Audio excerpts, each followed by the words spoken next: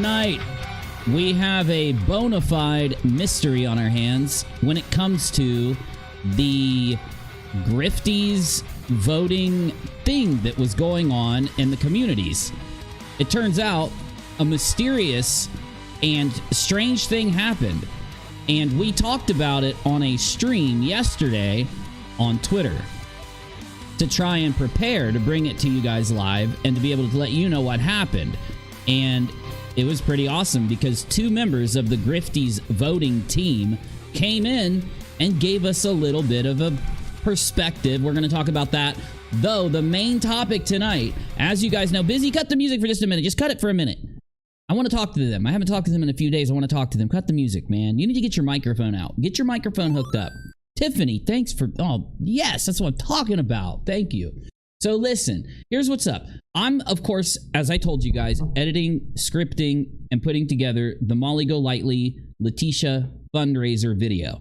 And I want, though, I hit a brick wall where I'm trying to figure out if I could show people the three worst things that Molly's done. Or just not worst. I just want the three most Molly things that Molly does differently than other YouTubers. Of course, you need to put the camera on me, Busy. I want to talk to the people. Sorry, my assistant's just... What's that? Oh, that's cool. Hey, awesome. We got some decorations. And we've got a painting we're going to hang up back here, too. It's going to look awesome. It's the kitty cat in space from my other studio. Oh, there's the painting. We've got to hang it. It's going to... Oh, dude, you're going to love it. It's going to be awesome. We're going to look so sophisticated.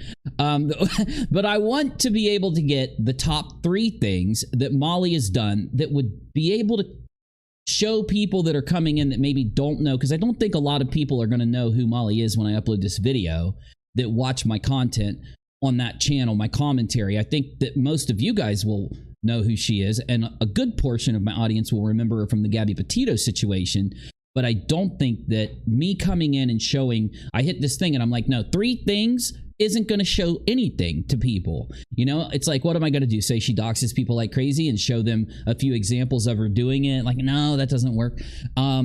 So I said to myself, what about 5 things? What are the 5 things that Molly that I need to be able to show people, you know, this is why Molly GoLightly is different from other people. And then I said, no, 5 things isn't going to work. We need 10 things. So I'm not going to use 10, just so you know, but I might use 6 or 8 or 9 or 10. I might use around there, but I want to know what you guys think are the top things. That's why I'm doing this stream.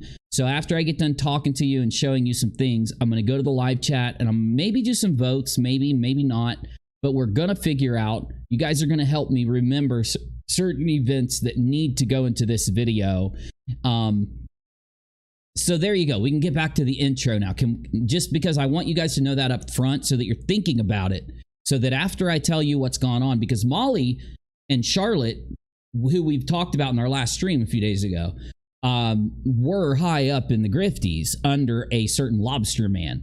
But, of course, that strange thing happened, and because you guys and I've been following this story, and Charlotte and Molly are kind of attached in a way. For some reason, Charlotte's been defending Molly. It upset a lot of people, and then she was like batting for her, acting like anyone that criticized Molly was attacking her or attacking Letitia, and she started to take on some traits of Molly and some of those kind of things that I want to describe about Molly that she does to people. It was very strange to see that happen.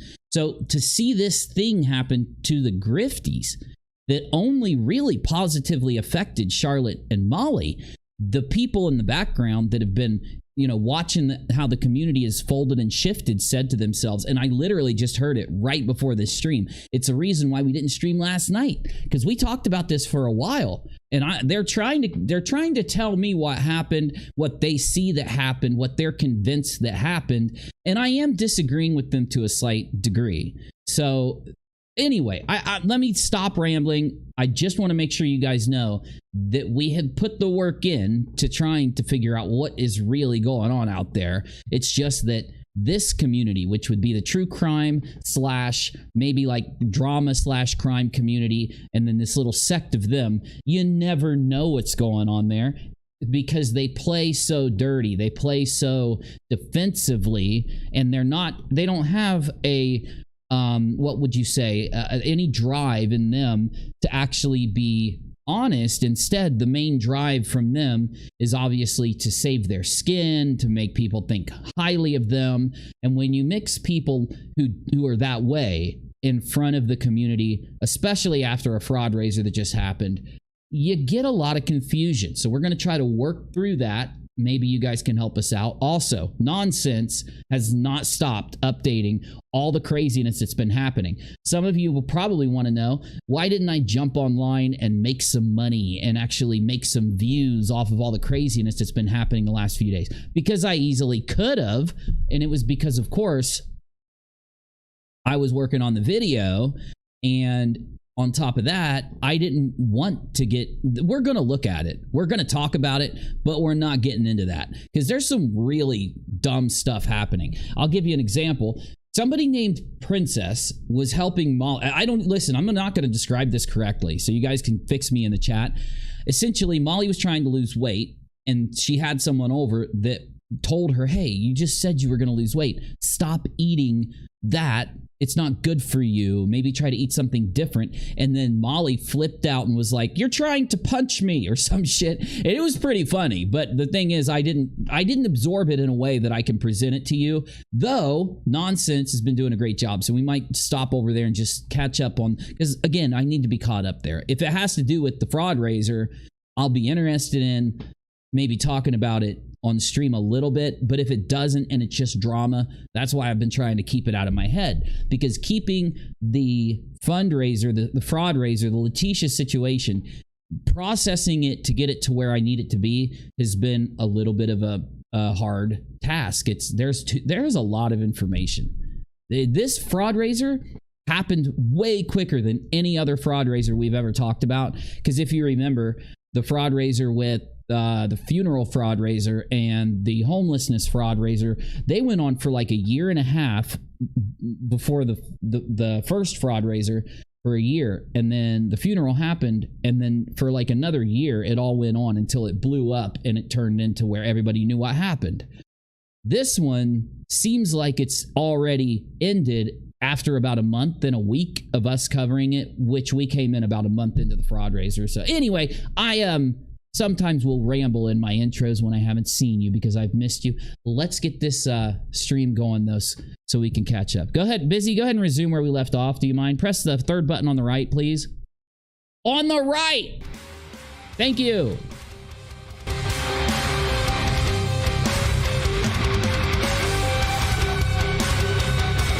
Play us in, Busy.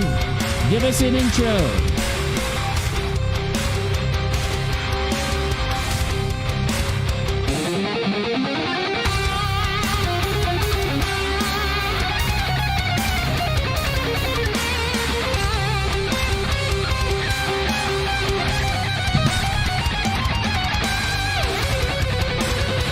Of course. Oh my goodness. Wailing on it. Of course, that cover, that song that you're hearing that I've been using as my intro for this community, some of you don't know where it's from. So let me tell you that really fast. Have you ever seen the show Unsolved Mysteries? If you haven't, you need to go watch it. I believe the episodes are on YouTube for free. Like, no, let me see real quick. See, back when we were growing up, there was only one show. Oh yeah, they're all here with Robert Stack. Yeah, you can find all the seasons on YouTube and watch them. And back when we were growing up in the era where there was no internet, we're old, we're boomers. I'm just kidding. The internet's pretty new. Streaming service is pretty new. Back in that day, you'd have to turn on a show whenever it came on. You didn't get to watch whatever you wanted to watch. I know, right? I try to tell my kids and stuff about this, and they're like, "It was the Dark Ages." I'm like, it wasn't that bad, man. At least we had, cable. Your great-grandparents walked 5 miles through the snow to go to school, and they only had 3 channels: ABC, CBS, and CNN or something. It wasn't CNN, but you get what I'm saying. My kids are always, I know your kids are probably like that too, right? What was life like before cell phones? So anyway, Unsolved Mysteries, it was the only show that actually covered aliens. They would talk about alien sightings, Roswell, they would do all these news sightings that they'd cover, somebody being abducted and stuff, and you really couldn't get that information anywhere else other than the library. And so that song was the song, man, for any mysterious murder, any mysterious crime, any mysterious weird thing happening. That song brought you in to the only show out there. Well, there was a couple others, but the main show that would be played at prime time on like the weekend that you could, I would sit down with my grandparents a lot because my parents wouldn't watch it. So I'd go to my grandparents and watch it with them. And you would hear that music and it would be dark outside, and back then, everybody sat in the same room and watched television. What? Crazy! That's so weird. You guys sat in the same room? This is what my kids would say, obviously. But yeah, you get what I'm saying. Well, yeah, I make my kids watch TV with me all the time. I'm just saying, you know, that they will. If I don't make them, they'll sit there wherever they'll go somewhere and watch their phone or their iPad or their laptop. But you get what I'm saying. That song is the Unsolved Mysteries theme song covered by Artificial Fear. Now, when we started to play that, they were 200 people away from having like 90,000 or something. And I'd love to see them get up to 60,000. So if you haven't, make sure you go here. Let me take a look at him real quick. So Artificial Fear. Yeah. He was at 58.8 and he's gone up to 59. He was 59.8. He's gone up to 59.9. He's not that far from 60. I think that we can get him up to 60, and I hope you'll go, because he covers the Boba Fett song, like a lot of intro songs from shows, and he'll like what he did with the Unsolved Mystery song, and he's really good. I think his solos and the way he plays is very appropriate and artistic. I don't think he's just wailing. I think he knows what he's doing, right? And yeah, I'm a little bit of a musician myself, so when I see somebody able to do this kind of things, yeah, I want to give them as much help as I can. Now, I know I'm boring the living hell out of you. I'm sorry, I haven't seen you in a while. I missed you guys. Of course, I'm going to come in and bore you. So the point of this stream, as I told you, I want to know what you think I should... I don't know why I'm muted in Discord. If Navy, if you're around tonight, jump in. I know he's not going to be around till later. He just might be able to before we end. Who knows? Maybe I'll stream for a while. Maybe I'll do it. Everybody's been mad at me for days wanting me to stream, and I'm like, I'll stream soon. I know what I'm doing. I'm making a video. You know what I'm saying? It takes time to do this, especially if you want it to work and you don't just want to slap it down there. But I want to know what those things are about Molly, and I'm going to ask the chat after I give you a bunch of rocks, because I've missed you guys. I know you want rocks. I'm going to give you 1,000,000 rocks since we haven't streamed in a few days. And we're going to do that in just a second. Let me get it actually prepped up here. If one of the mods wants to type in for me, free rocks if you type emoji in the chat. Here, I'll do it. Hey, Daphne. Man, I've missed you guys. How are you? Free rocks if you type or emoji. I'm about to give them out, so get ready if you want the free rocks to type or emoji in the chat. After that, I'm going to start seeing if some of you want to make sure that I've got the correct things that matter. Of course, I'm going to talk about, we're going to lead into the video with the issue of the fraud raiser with Letitia, but we're also going to talk about some of the past issues where the same thing happened.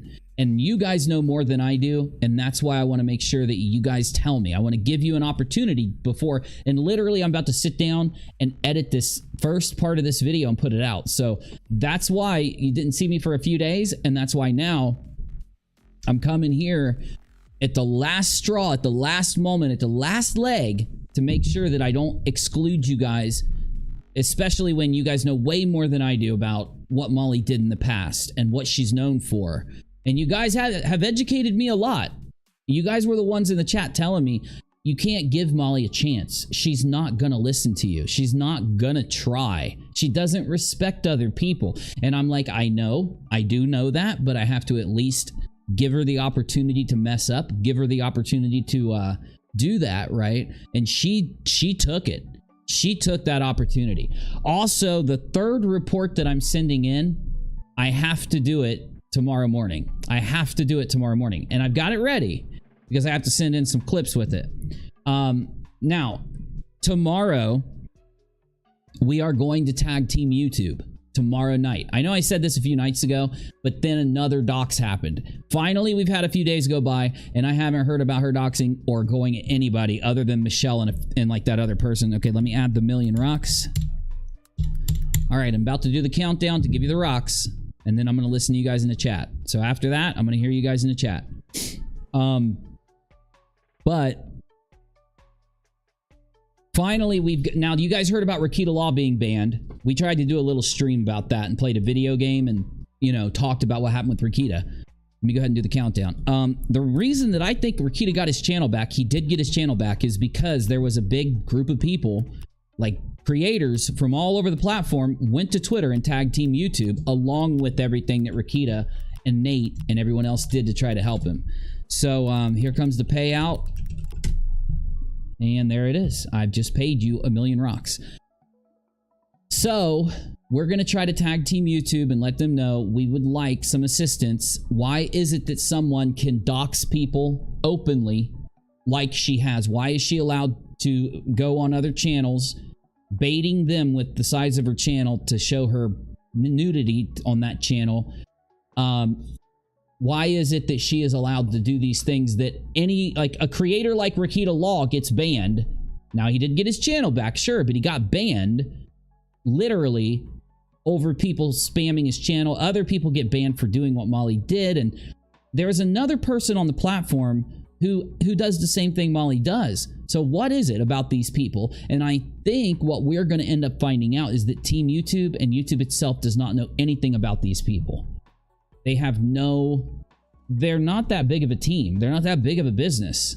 It's so shocking when you look at how massive some of these platforms are, and then how small the teams are that actually, and yeah, when you look at YouTube, it's got what, like billions of watch hours a day or some crazy number. It's something like that. And, or 100 million or something. And they only have, you know, like 10,000 people or some shit. So I think we really do. It's like, why do these people keep doing this to other people? They're so brazen. They're so used to not getting caught that they brag about how they're not going to get caught and how they admit to doing it in front of everybody. It's time for YouTube to actually look and say, we approve of them doing this. We know they're doing this and we're not acting on purpose. And we need to know, is YouTube ignoring this and just letting it happen? Or is this just something you guys haven't seen and you're finally going to act on it? We're going to do that tomorrow. The reason I'm doing it tomorrow is because I'm uploading the first version of the first part of my video. So I'm going to have UNIRock 2. I'm going to upload it. I'm going to talk about what happened. I'm going to talk about what's going on with the fundraiser. I'm going to let people know what happened due to the fundraiser. And then I'm going to let people on UNIRock 2, which is a bigger channel, much bigger channel than this one. If you will, please go to Tag Team YouTube and underneath my tweet, and I'm going to show the tweet that I put out. And then tomorrow when I come here to stream, I'm going to ask you all to do the same thing if you haven't done it from my main channel. And I do believe that with the reports I'm sending in and with the tagging of Team YouTube, I'm not saying anything's going to happen. I just think that YouTube will finally either have to address they're just going to have to address what's going on. And either they can approve of this happening and let this keep happening, or they can do something. But either way, we'll know something. And I think it's a good thing, because what else are you supposed to do? I've talked to creators. I've looked at the forums. I've asked, and of course, been through this before. And this is what you're supposed to do. So we're acting with the first video that I uploaded, just like I told you we would. Now, before, so that's why I don't want to be up late today, because I have such a bunch of stuff to do tomorrow, and I have prepped it. I've prepped a lot of the video. I've been able to just show you. I have folders that has all these videos already prepped and already ready to be put into a commentary. And I even started on an edit that I didn't end up using, so we're going to just restart from the beginning. I'm really bad about that. I usually do it 3 or 4 times. But we're good to go now. because I'm not doing an intro. I just said, screw it. I'm not going to do one. Well, I keep messing it up. I keep not liking it. We're just not going to do one. So do me a solid real quick. And if you have any of the biggest suggestions, now, of course, the major things I already have. I've already got her doxing people like crazy. She basically is, you're guaranteed to be doxed if Molly gets mad at you. That's just a fact. They are guaranteed to go out and then dox you. They're guaranteed to lie about you if they can't find anything to use against you. They're guaranteed to send these people after you like they're fucking high schoolers in some clique, right? That are going around trying to threaten you or send little messages to your family members and stuff and just trying to make people nervous around you. These are all things they are literally known for doing because they're so brazen and public about it, we know. So we've got that. We've got the fundraiser. Some of you said that I should include at least a mention about the previous issue. Which one is that? What's the most important other issue that happened right before?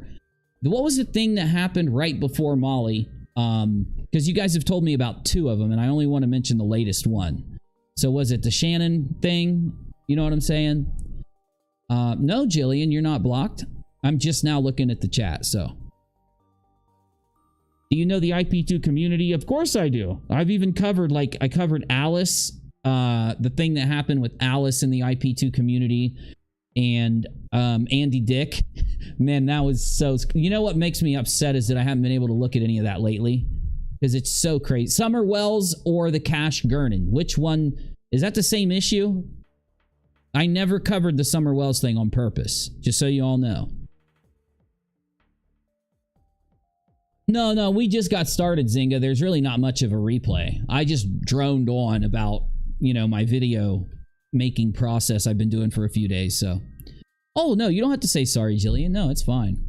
Yeah, they're different stories, but Summer Wells is the last one. No, Cash Gurnan was the last one, but Summer Wells is way worse, right? I think I should bring up Summer Wells, because I have so much from the Summer Wells thing that people have given me. I just haven't studied it yet, but I know that people say that that's like the biggest thing that... Because didn't she go on a big break from YouTube because of the Summer Wells thing? That's the main thing I want to look for. Whatever she did before the big break. Okay, that's what I thought. Yeah. You know why it's so hard to build a timeline of Molly? Because she deletes everything. You basically have to go find another YouTuber to tell you what happened. And most of them do it through live streams, and that's fine. It's just they're long. They take a long time. Inciting her audience into harassing other people. Kelly, exactly. That's going to be the first thing, which is doxing. And I'm going to describe the process. We've already cataloged their process. I've got proof of it. I've got their process, the whole thing they do cataloged. I have the main accounts that help Molly. I know, you know, who those accounts are. So we've got her sending her people to dox, threaten, harass. That's one main thing. And that'll be like number one. Of course, number 1 and 2 is going to be the doxing and the inciting of people going after others. That'll probably be 1 and 2 because I'll split it up because there's a lot there, right? And then number 3, I was thinking could be that she has this pattern with these kind of stories, right? Let me just make a list. So number 1 is, of course, harassment / doxing, but I'm going to put doxing on number 2. Because I'm going to go from harassment into doxing and then go to number 2 and explain doxing, right?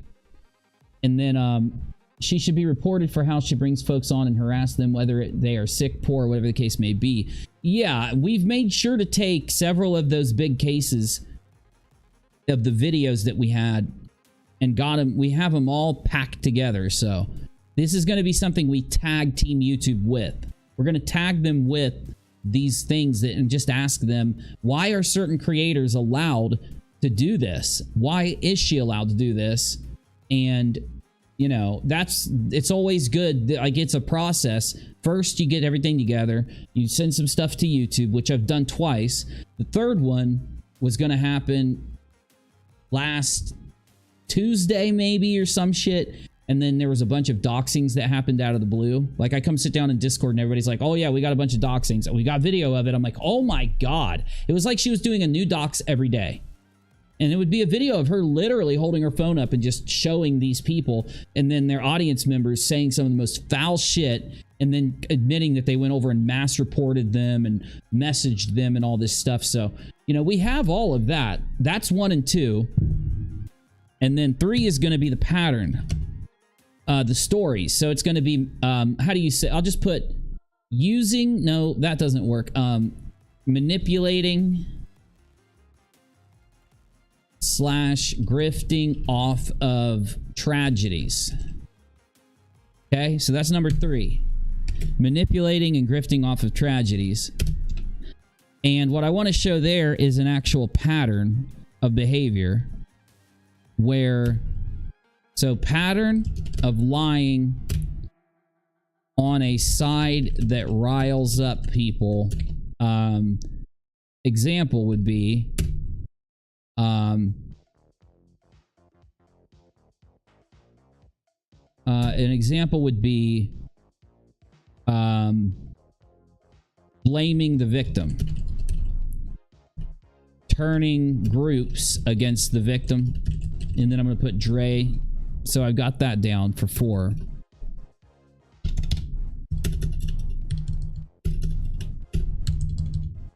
And then 5 is going to be the Summer Wells thing. Summer Wells. Okay. So do me a solid. Only if some of you want to. Tell me the best you can in a sentence that you can type in. What was your major problem with what she did to the Summer Wells case? And I'll start there. Give me the place to start. Because I'm only going to probably explain it for like 30 seconds or a minute. You know? Yeah, smiles. That's 1 and 2. Those are the main things. Doxing, hate. You know what I'm saying? Molly called 911. Exactly. I heard all about that. That was one of those things I kind of ignored. Because I was trying to say, like, well, if it's one of those kind of dramas, I'm just going to skip it. Because it didn't seem related to... Now, I did hear that she recently did do something with the Dre story. I guess there's people on TikTok that have talked about the Dre story. If you guys want, we can go look at that. I thought that might be something we can do. Yeah, and that's, the thing is, I don't know if I have any clips of her being racist to add in. I mean, I've got a couple clips that people have sent me where she's saying, like, certain things, but they're more objectionally, or they're not so blatantly racist. I can agree with what everyone's saying, but I don't think it would help, you know, in the terms of the story, you know. Oh, hey, hey, sex bots. Good to see you. Man, it's been a while. How are you? I'm glad that my small little new channel is successful enough that you bots come to advertise your sex sites. It's been a while. Hey, chat-69. Wow, I haven't... That's a new one. You guys are really expanding. It's good to see that your business is booming. They're missing abused children. If you have a platform for positive cause, use it in such a way. No, that's a good point. Everything she did in the Summer Wells case was wrong. Everything she did? So, okay. Well, kind of like with the Dre story. I could see that. The intention. She said Summer was the moneymaker. Oh my God. Yeah, I have that clip. It's not that I don't know anything about the Summer Wells case. It's that my head is inundated with what we have been covering for about a month. So after this video, I can really start to get some of it out of my head because it'll be put to video. You know what I'm saying? Oh, yeah. Constant eating, smacking food, and belching like a truck driver. You know, Molly is not the only creator that does that. There's another creator called Darkside Phil that I think I'm going to make a video just to complain to Darkside about Darkside Phil doing that. And I'll probably add Molly into it too, because they literally could just hit a button and you wouldn't be able if they just hit that button. It just mutes them. So I could burp and belch and do whatever I want, but if I push this button, hear it if I have buttons. You see what I'm saying? Because why can't, if they're going to do that? Now, what do I do when I have a long stream and I'm eating? I just push this button. And then I can sit here and eat and everything else while we watch a video or whatever we want to do, right? And you guys will never see me eat. You'll never hear a single sound, right? It's crazy because I know I made that criticism a while back. I was complaining when the first time I saw Molly do that, I said, why don't you just push the mute button? And then she did. She pushed the mute button for like the first time ever. So that was pretty cool. Does Darkside Phil shower, wash his hair, and change clothes frequently? I don't know. I think he does. He's got very greasy hair. He's got very greasy hair. Summer Wells built her channel. It's sad how they use kids just for money.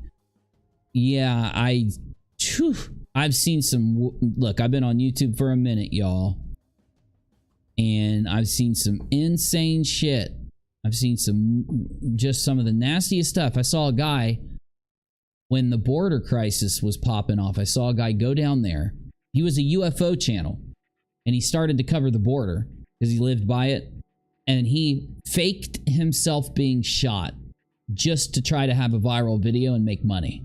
He lost his channel, I think. I'm pretty sure he lost his channel. Or he changed the name, but it disappeared after that. But, yeah, these people have to have... They're the kind of people that feel like they have to have success or something. You know, they're the type of people that can never just go live and play a video game or paint a picture or do something creative that you know there's not going to be a lot of people watching, but it's just something you do in case it'll give you a chance to talk to the people or something. Because they can't. If they have a video that doesn't get a lot of views, oh, they get mad. They don't like that, you know. Despicable scammers don't want to work. That's very true. Very true. Her charging people for wrenches. I didn't even know about that. These are really good things. Oh my God, Smiles. No. Oh, I can't read it, but I loved it. Just goes to show you really have no content without her. You really should thank her at this point. Hi, Molly. Good to see you. Good to see you, Molly. MGL got the FBI to meet her on one of her trips to Las Vegas. I don't remember what she did, but it was something stupid. Okay. Okay. She eats like she hadn't eaten in weeks. I mean, if I did put on my camera when I'm eating on stream, I eat really fast on stream, and it's probably doesn't look that good, but you guys would never see me do it. So I can understand how you guys have a problem with that. So you know what I'll do? I'll write down some of these, but I'll make a different list. I'll make a different list for more of the, let's call it the viewer issues or complaints. I think that, wouldn't that be a good segment too? I think it'd be a good segment. So we've got the eating, gross while streaming all the time. And then the stunts. I'll put number 2 as the stunts. The FBI thing or whatever. The 911 thing. Those kind of like dramatic stunts. Okay. So let me do this. Try to tell me some of the let's say the things that aren't super important, right? But the things that bug you the most, that annoy you the most, or because you know what I think? Let's just, with the eating thing and with Darkside Phil and Molly, and pretty much every creator that does that, they do it on purpose. They do it on purpose. Darkside Phil snorts and makes these weird noises with his nose. I know I've told you about this, right? So he had a meeting and he didn't know that it was a Zoom meeting during the pandemic. And so he had no clue that a bunch of audience members were in there recording it. He never snorted one time. But every single stream he does, he is snorting and snorting and snorting every time he talks. Because, thanks Jenny, because he does it on purpose. Some people really do get that feeling like, haha, I can do these things, these gross things, these nasty things in front of these people, and they're still going to support me. And it's a thing that they do because they want to show it off. They kind of want the people out there that are looking at them like, this is gross, to be like, how how do people support this? How do people still watch somebody when they're this disrespectful? They have no manners or they have no tact. They want you to have that feeling in your head. In fact, there's no other real reason to do it, right? Showing her, yeah, I'm definitely going to put that in. I'm definitely including that. You know, one of the main reasons why you'll see the Molly sock accounts try to spin her throwing her boobies out there in some kind of way is because they know how bad that looks for Molly. You know, there's a lot of criticisms that go along with somebody doing that. And they also know that it's almost a guaranteed ban from YouTube. It's almost a guaranteed ban. So, fake strokes. Why? I've heard this is like the 10th time somebody has said that. Is that a thing? Did that happen? Every time she gets out of her chair, she leans her creep. Oh, well, that's, yeah, she does that on purpose. Yeah. So I'll put showing off, because that could cover under the complaint section, not the main section. You know, I'll put showing off, because she also does that with like money. She'll do that with material things. She'll try to, you know, dangle them around in a way to kind of show them off. I completely get that. It's true. The FBI met her in Vegas. It was when she vacated with Barbie, aka Jemana. Fireside Chat. Kim Larry, who has since passed. Oh, that's horrible. Kim said Molly stole her bottle of Xanax, and that's why the FBI had to be called, because they thought, because she accused Molly of stealing her medication. Oh, really? Fake one? Okay. Gotcha. You know, your name, Molly GoBully, that's a really good name for her, Molly GoBully. I'm writing that down. Molly GoBully. Yeah, that's a really good one.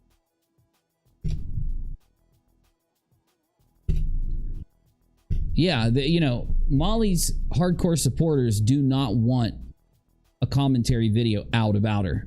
They don't want like a full video exposing what she's been doing out there. They are angered, you know, to such a degree over it. Shannon Watts. If her house was getting in foreclosure that Friday, would you book a weekend away for that Saturday getting considered for your kids? Probably not. She lied about her med issues. You know, I don't know about the Shannon Watts thing that much, but I know that there's Summer Wells and then there's Shannon. Let me put that on here. I'm going to add it to the list of the major things. Shannon Watts, Summer Wells. Is there another big event like Shannon Watts and Summer Wells? Give me something that she's covered that's like that, right? That people had a big issue with. I just want to make sure it's on my list, just in case I want to put it in.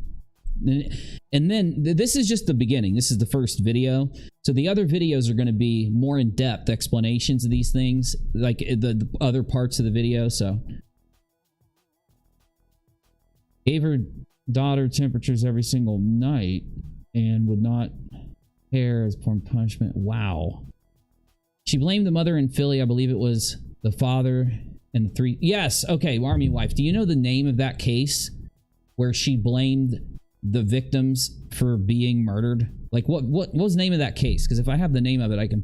That was Cash. That was the Cash Gurnan. Cash Gurnan. I know. Is Cash Gurnan that one?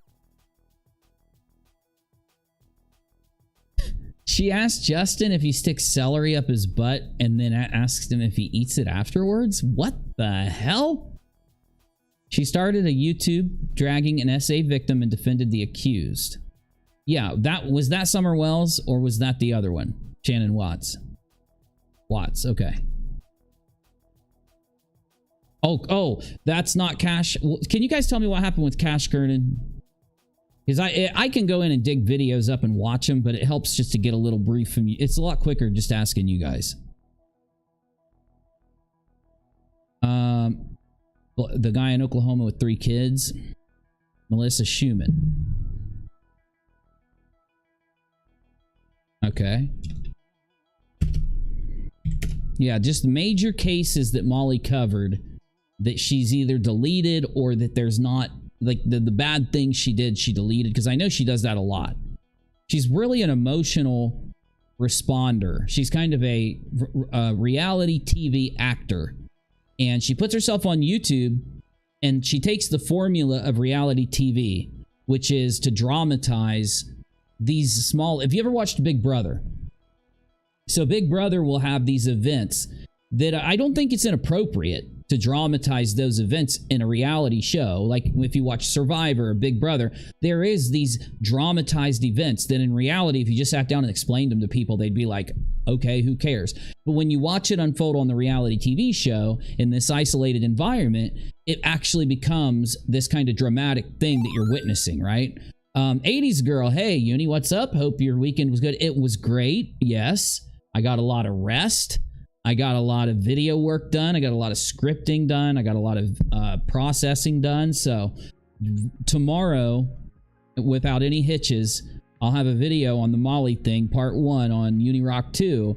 And the worst possible outcome is that it's finished tomorrow, but I release it the next day.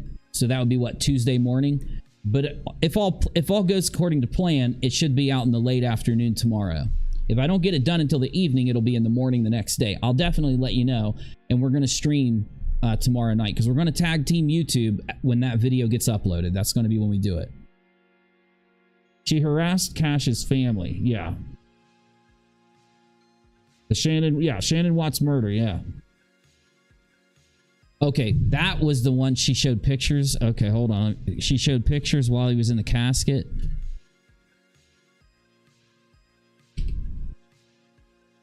Okay. She did it. Okay, so that's Shannon Watts. Gotcha. So it's where she did the skit.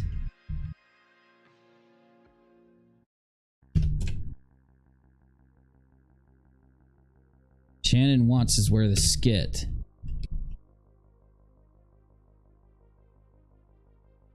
I don't want to say the, he offed her. I can say offed.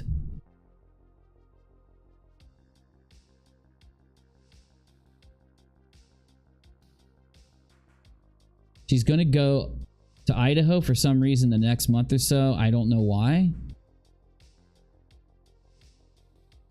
She went to Brian Laundrie's home. Yeah, I actually witnessed that. That was the first time I'd ever interacted with Molly or reported on her, because we had been covering Gabby since she disappeared, hoping she'd be found.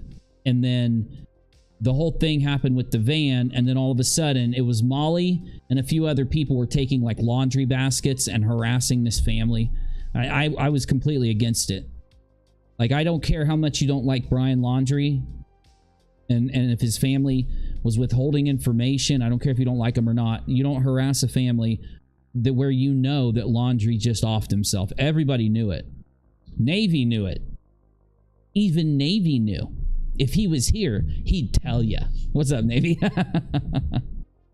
What's going on, Bubba? Well, we're getting some of the top things that Molly... that define Molly as a YouTuber. But we're getting it from the audience, because I already know what I've got. I've already got my list. I already got, my things, but I want to hear what the audience has. I want to make sure I'm not forgetting any, and I'm going to make sure that I get them to rank them a little. Tell me the worst ones, so that, I want to make sure that that's carried forward in the video. And then they came up they started to list a lot of things where they had problems with Molly just as a creator. So then we made another list. So we've got 2. We've got the first list, which is the worst things that define Molly, like doxing, harassing, Summer Wells, Shannon Watts, the Cash Gurnan thing. I don't know who Malicious Newman is, but we'll get there.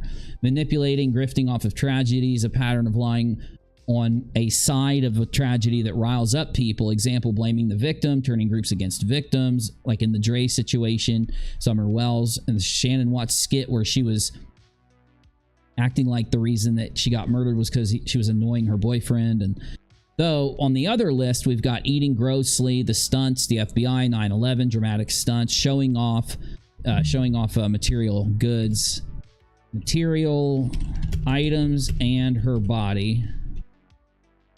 Then we've got the Cash Gurnan, showed pics of him in a casket. So we're just getting these lists defined. I'm making sure that the audience has their say, so that I don't miss anything. What do you think when you think of the worst events that define Molly, do you think that this list has a good number of the main ones? Is there anything you'd add? Oh, yeah.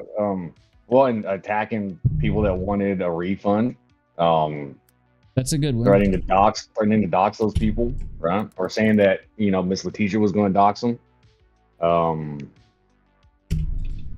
Yeah, we've got that. Yeah. That's number 2. It's on the first one is the harassment, and then it leads into number 2, which is the doxing. And then actually Zynga just brought up a good one, the paying people to parenthesis either stalk, harass, go after others, or you could say giving a benefit if people do that, right? Allying with people who will do those things for her, bringing them on stream, people like Goose and some of the other people that appear on her stream that go out and give advice on how to scam.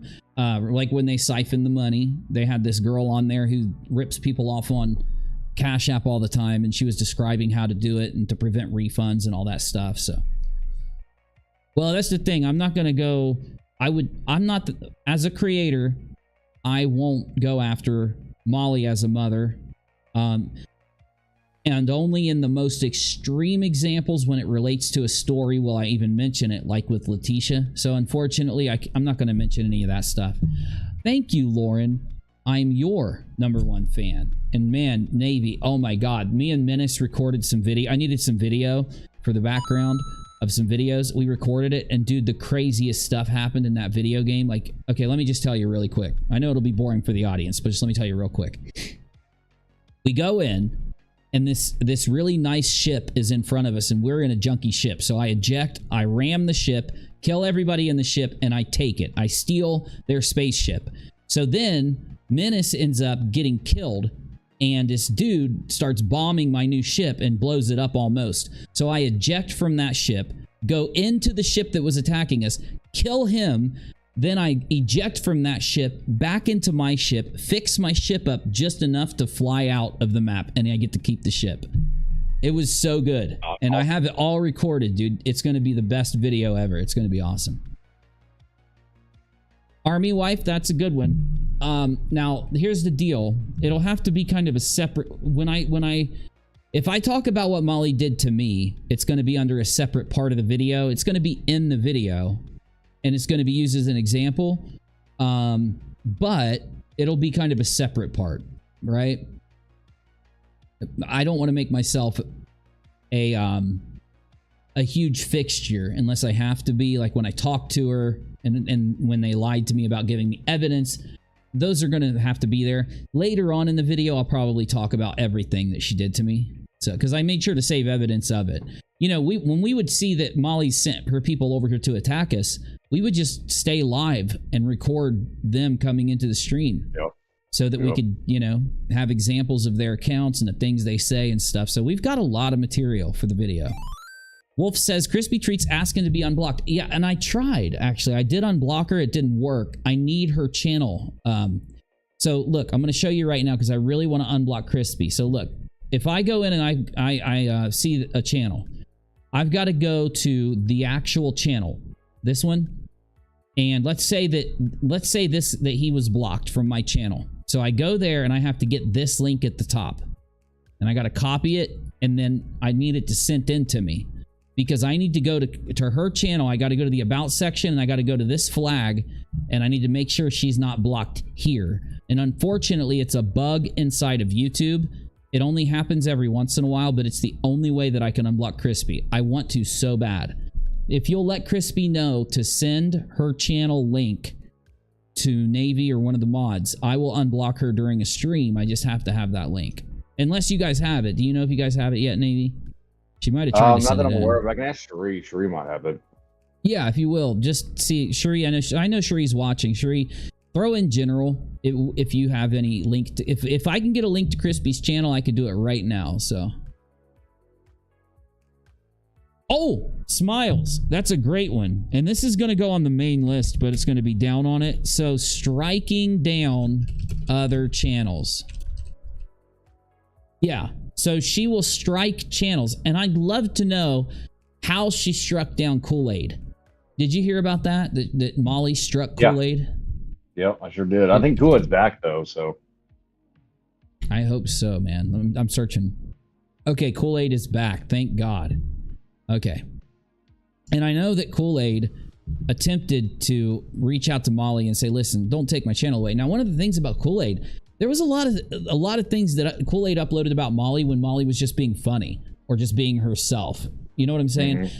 So, I mean, if you're going to go after a channel, I don't know why you go after Kool-Aid, because I think Molly does. She convinces herself that everybody hates her, right? And most of the people that criticize her is because they want her to stop doing this garbage. And we all know she can't stop. It's part of her personality. Yep. And it's just her. She'd be perfect on a TV show. She's not good on YouTube. She's just not. She's too ruthless. She's too controlling. She's destructive. Do you agree with that? I do, 100%, yeah. Ruthless, controlling, destructive. Manipulative. Now, I do have to do something that none of you are going to like, right? Everybody accuses me of just trying to make money off of these subjects. Anytime I cover something like this, oh, you're just trying to make money off this bullshit. And it's ridiculous, because if you look at the way I do things and how I cover it, I'm not the person out there who's trying to make money through inappropriately covering subjects is the person we're covering. So why am I going to keep doing things that literally you guys aren't going to like in my videos if I'm really trying to make it as, you know, I'm trying to make a good video. I don't give a shit whether the people out there involved in this story, the ones that are viewers, you know, get mad at me if I do a certain thing in covering it, like when I talked to Molly, like when I was nice to her the majority of the time, like when I waited until like a month and a half or a month and a week in to even say that it was a scam. These things I did out of respect to the other YouTuber. I have to respect her to some extent in this video, and there's going to be a section where I attempt to describe what Molly could do to fix herself as a content creator. The problem is, in this story, it's impossible. She's gone too far. And very rarely you'll see this. Like, some people do dox other people. And then they'll realize, like, shit, I made a mistake. I shouldn't do that because I want to keep my channel. I don't want the people on YouTube to have an issue with me being here, right? And so I made a mistake. I'm sorry. You'll see this from people. And then you can, like, they get a lot of criticism. They might even get a strike from YouTube, and they clean their act up. They stop doing that shit. They learn how to YouTube, kind of, right? And Molly is relatively new on YouTube because she's taken these large breaks. The problem is she's gone too far, right, Navy? Yep. I mean, how do you even give her how do you even think about her staying on the platform with what she's done? I don't think she can. I mean, she has threatened people. She has gone on. So I got word that Michelle's channel was taken down. No. So, hold on. How do I find Michelle's channel? It was MGL. It was Michelle something. What was it? Michelle Goes Live or Michelle GoLightly. Okay, whatever. She's still there. Okay. She just streamed like 57 minutes ago. Okay. Sunday it was a bad evening. stream or something. Sunday evening discussion, driving the haters crazy. And then there's somebody named Jin who's live right now. STFU Sunday, exposing at MGL Michelle Goes Live history of abuse. This is one of Molly's people attacking Michelle. That's happening right now. See, I haven't been paying attention. I've been getting updated on this, but I've been seriously like ignoring a lot of it. Do you know anything about the thing that's going on with Michelle right now? No, I don't. I'm just like, someone sent me a message, but that's all I've heard so far. So, from what I know that Molly had Princess, I believe, was it Princess or someone that had a nickname like Princess on, and then Princess was one of Molly's people or whatever. Yeah, and then there was a little bit of drama that happened, and then Molly started fighting with Michelle a lot over the last few days. I don't know who Jin is. Do any of you know? This person's not a fan of Molly? Oh, okay. Jin. Breakup time. Bye Michelle. WTF Wednesday. Proof of Katie still ban evading. STFU Sunday. Excuse me. WTF Wednesday. Oh, you know what? Michelle's not banned in here. You know how Michelle was wanting to be unbanned? She's not banned. Yep. This channel is not, this MGL channel is not banned in my chat. I think it was her other Michelle Sabate account that she had that was banned. What the hell? Is she naked? Why is she naked? Yeah, I just checked. She's not blocked at all. She's not blocked. So, see, this is what I need to do to Crispy. I need to go in here and make sure. All you do is talk about Molly. You'd have nothing to talk about if it weren't about talking about other creators. You're a hate channel. No, actually, I'm not. If you want to go back and actually watch my content, I mean, you can type these crazy things in my chat if you want. It's fine. It's just not true. So, you know, you'd have to actually watch my content to know whether what you're saying is true or not. So, yeah. We cover fraud raisers a lot here. And it's a relatively new channel to do it.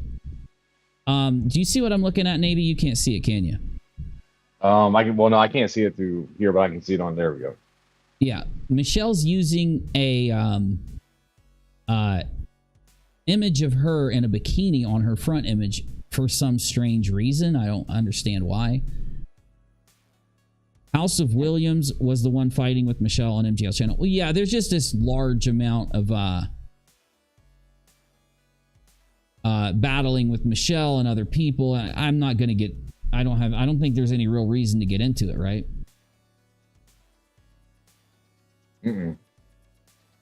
Jennifer says, I'm entitled to my opinion. Of course you are. And we're entitled to laugh at you because you're lying. You haven't even seen my content if you're going to draw that kind of opinion on it. So I don't know.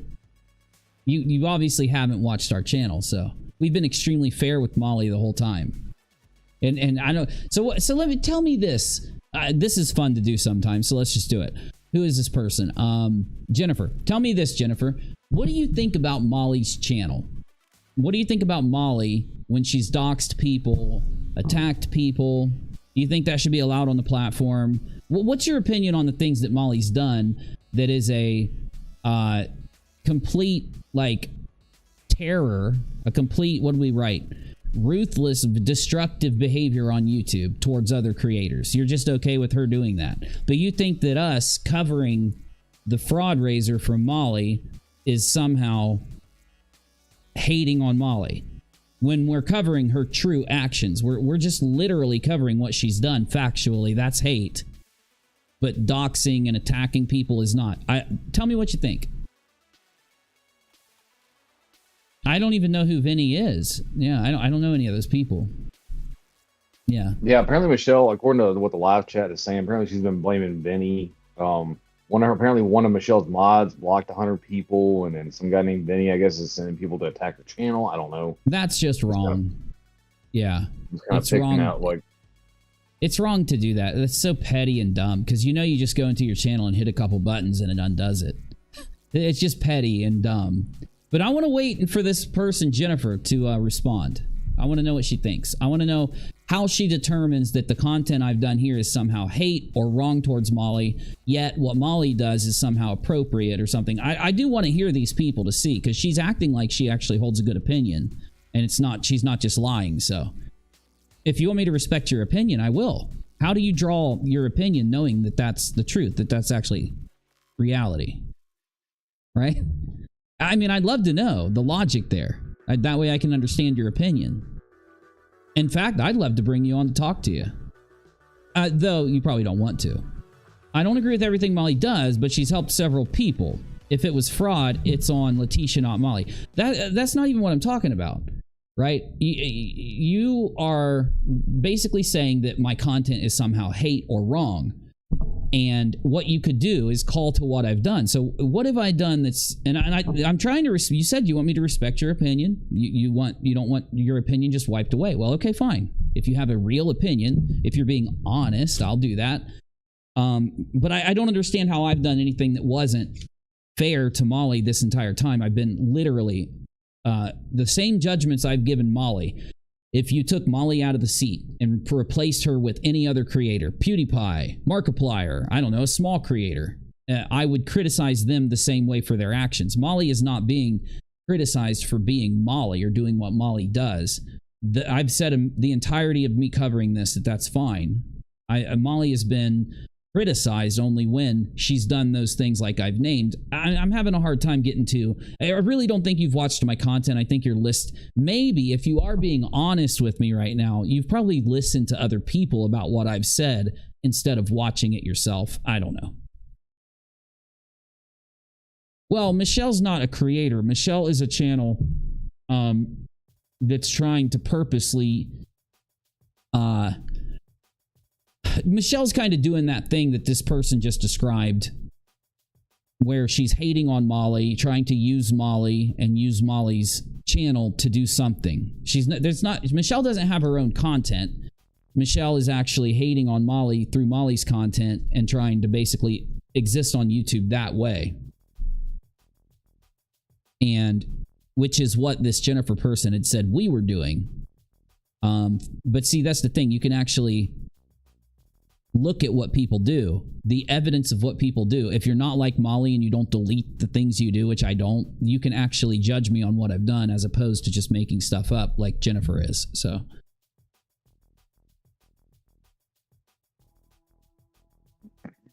No, but that's, you really don't understand how that's what Michelle's doing. I mean, she's driving the haters crazy right here. And that's how she got her audience. I mean, her name of her channel is literally MGL, Michelle Goes Live. She's been taunting Molly as much as humanly possible for a long time, and that's where she gained the people that watch her. If you took Molly GoLightly out of the equation with Michelle, no one would know who she is. It's just a fact. You know? Kristen is here doing the same thing. I didn't even see a Kristen in the chat. I'll look, but I didn't see Kristen. Oh, just Kristen. I think Kristen. That your energy should be put and placed in a more positive manner. Oh, it's a very positive place. We've busted and stopped entire rings of fraud raisers. I understand that someone who doesn't do their research would come to the conclusions that you're coming to completely. But those people that have watched my content, that's why they're here, because we actually have been extremely fair and we are doing something productive. We actually get results, as opposed to people who cover true crime or pretend to, you know, take pictures of minor girls who drove. Oh, Cherie, can you put into general the camera footage of, oh shit, dude, I forgot about that. So I've got a video of, what's that girl's name? Kylie Rodney. Mm-hmm. I've got a video of her driving into the lake, and I want to show the audience. Oh, I heard about that one. I haven't had a chance to watch it yet. Yeah, we did. Yeah, if Cherie doesn't mind, because I know she's watching. I know she's in the Discord. Cherie, if you can grab that video and throw it into the general room for me, I want to show everybody. That's why she keeps talking about Molly, because she has no other content that would pull as many views. It's just that, look, I'm not putting her down. I'm being descriptive. It's not an insult. It's very possible that Michelle can branch out and maybe do some type of content in the future. But right now, like the minute let's say she decides to go and move on to a different topic, she stops with the Molly stuff. She stops imitating Molly. She stops clickbaiting Molly, and engaging with Molly. It would take a while for her to build her channel up. So, I mean, I think we've all seen what Michelle's done. So, yeah, go ahead. I don't know the whole Vinny thing, but Ozzy Trisha was saying earlier that Vinny was actually trying to help Michelle. So I don't know if it was some kind of like argument because he's trying to help her and she got mad. I have no clue. You can't help Michelle. You can't help Michelle. No, there's no way to help Michelle. I'm sorry. Oh, she's trying to start a cooking show. That would be great. You know, the minute she actually I know, right? It's actually a good idea. I think it would be excellent. I think she'd be good at it. But I definitely would try to rebrand away from the Molly thing, because that's going to follow her for a while, you know? Yeah. Well, and the thing is, so... Well, go ahead, sorry. I was just reading the chat. Go ahead. I was going to say, like, the thing is, though, what's the difference between calling out, like dangerous people like Molly doing what she does and stuff like that versus calling out any other scam artist anywhere else? Like, it's the same thing. You know, people need to be made aware that these things are happening, and that someone's acting this way toward people. It's scary. It's not. I'm not even here to call out Molly. I'm just doing a video on the fundraising issue. And then after that, because of the way Molly engaged with us, I'm going to be covering, you know how we've done, the people that come in here that know nothing about us, I can understand why. Because they've been lied to by Molly, they may draw some kind of conclusion like that, like Jennifer Person did or whatever. The truth of the matter is the exact same thing we've done covering Molly, we've done with every other situation we've been in for 8 years. This isn't new. This isn't the first time I've come in to do this. The majority of my audience is not from Molly's channel. The majority of my audience are people that watch me. You can even see, because when they re-up, when you see the members re-up, they've all got long memberships.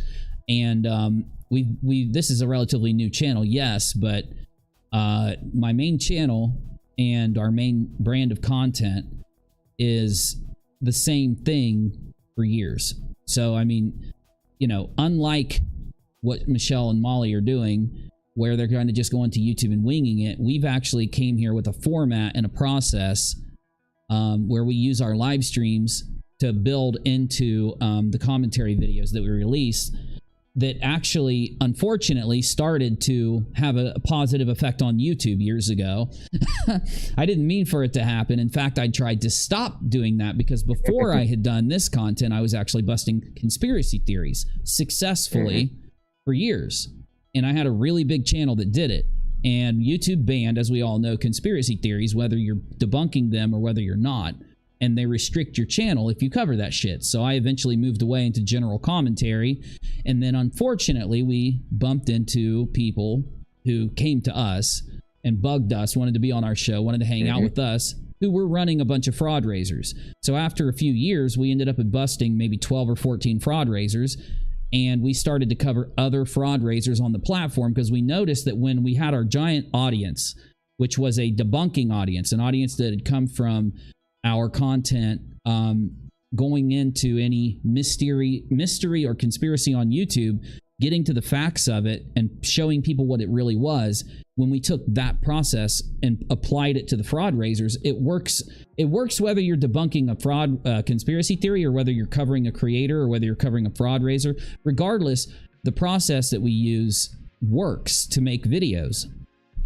So when people come in and they say, like, who was it? This Jennifer Person was saying, without Molly, you have no content. You're wrong. You're very wrong, because I've had content for 8 years. The content I'm doing has nothing to do with Molly GoLightly. We had bigger streams covering other people about, doing the exact same thing that we've been doing here with Molly. Almost every other topic that we've covered going back 3 years, we had bigger streams just because I was more active when I was live streaming doing it.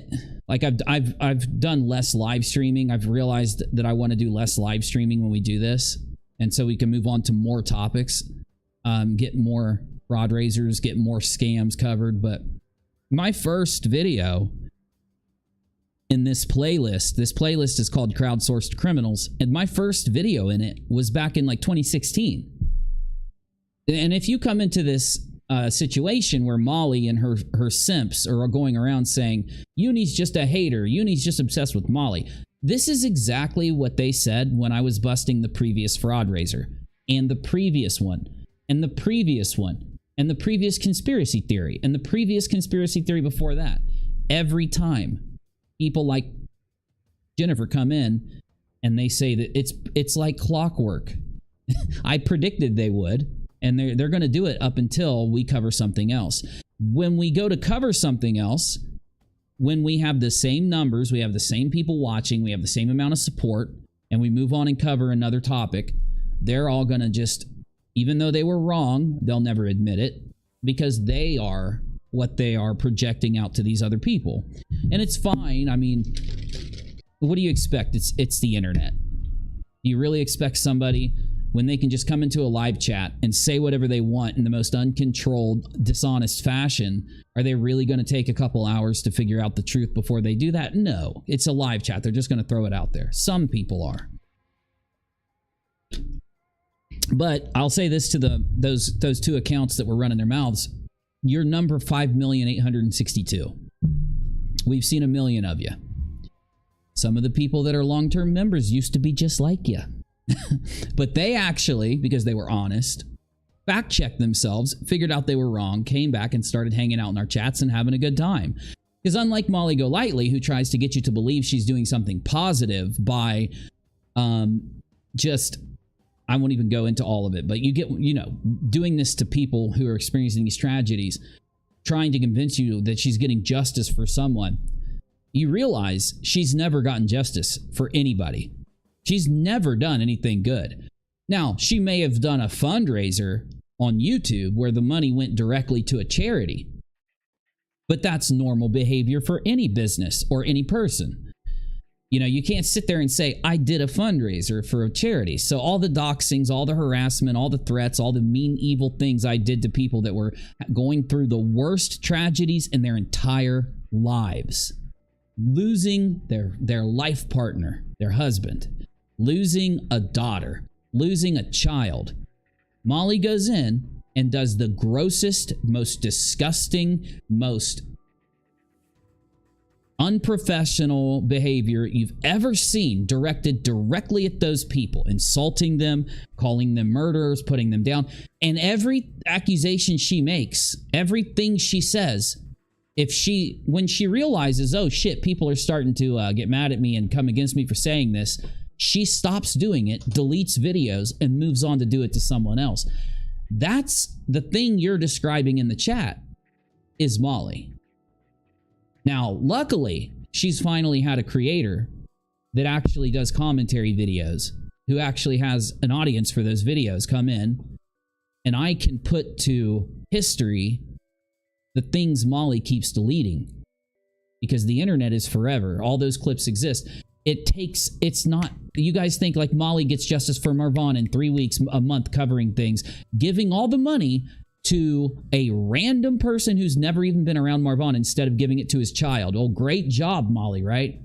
And does all these crazy, you know, these are instantaneous things. These are, what do you say, Navy? Like almost bipolar, but that's not the right word. It's like these...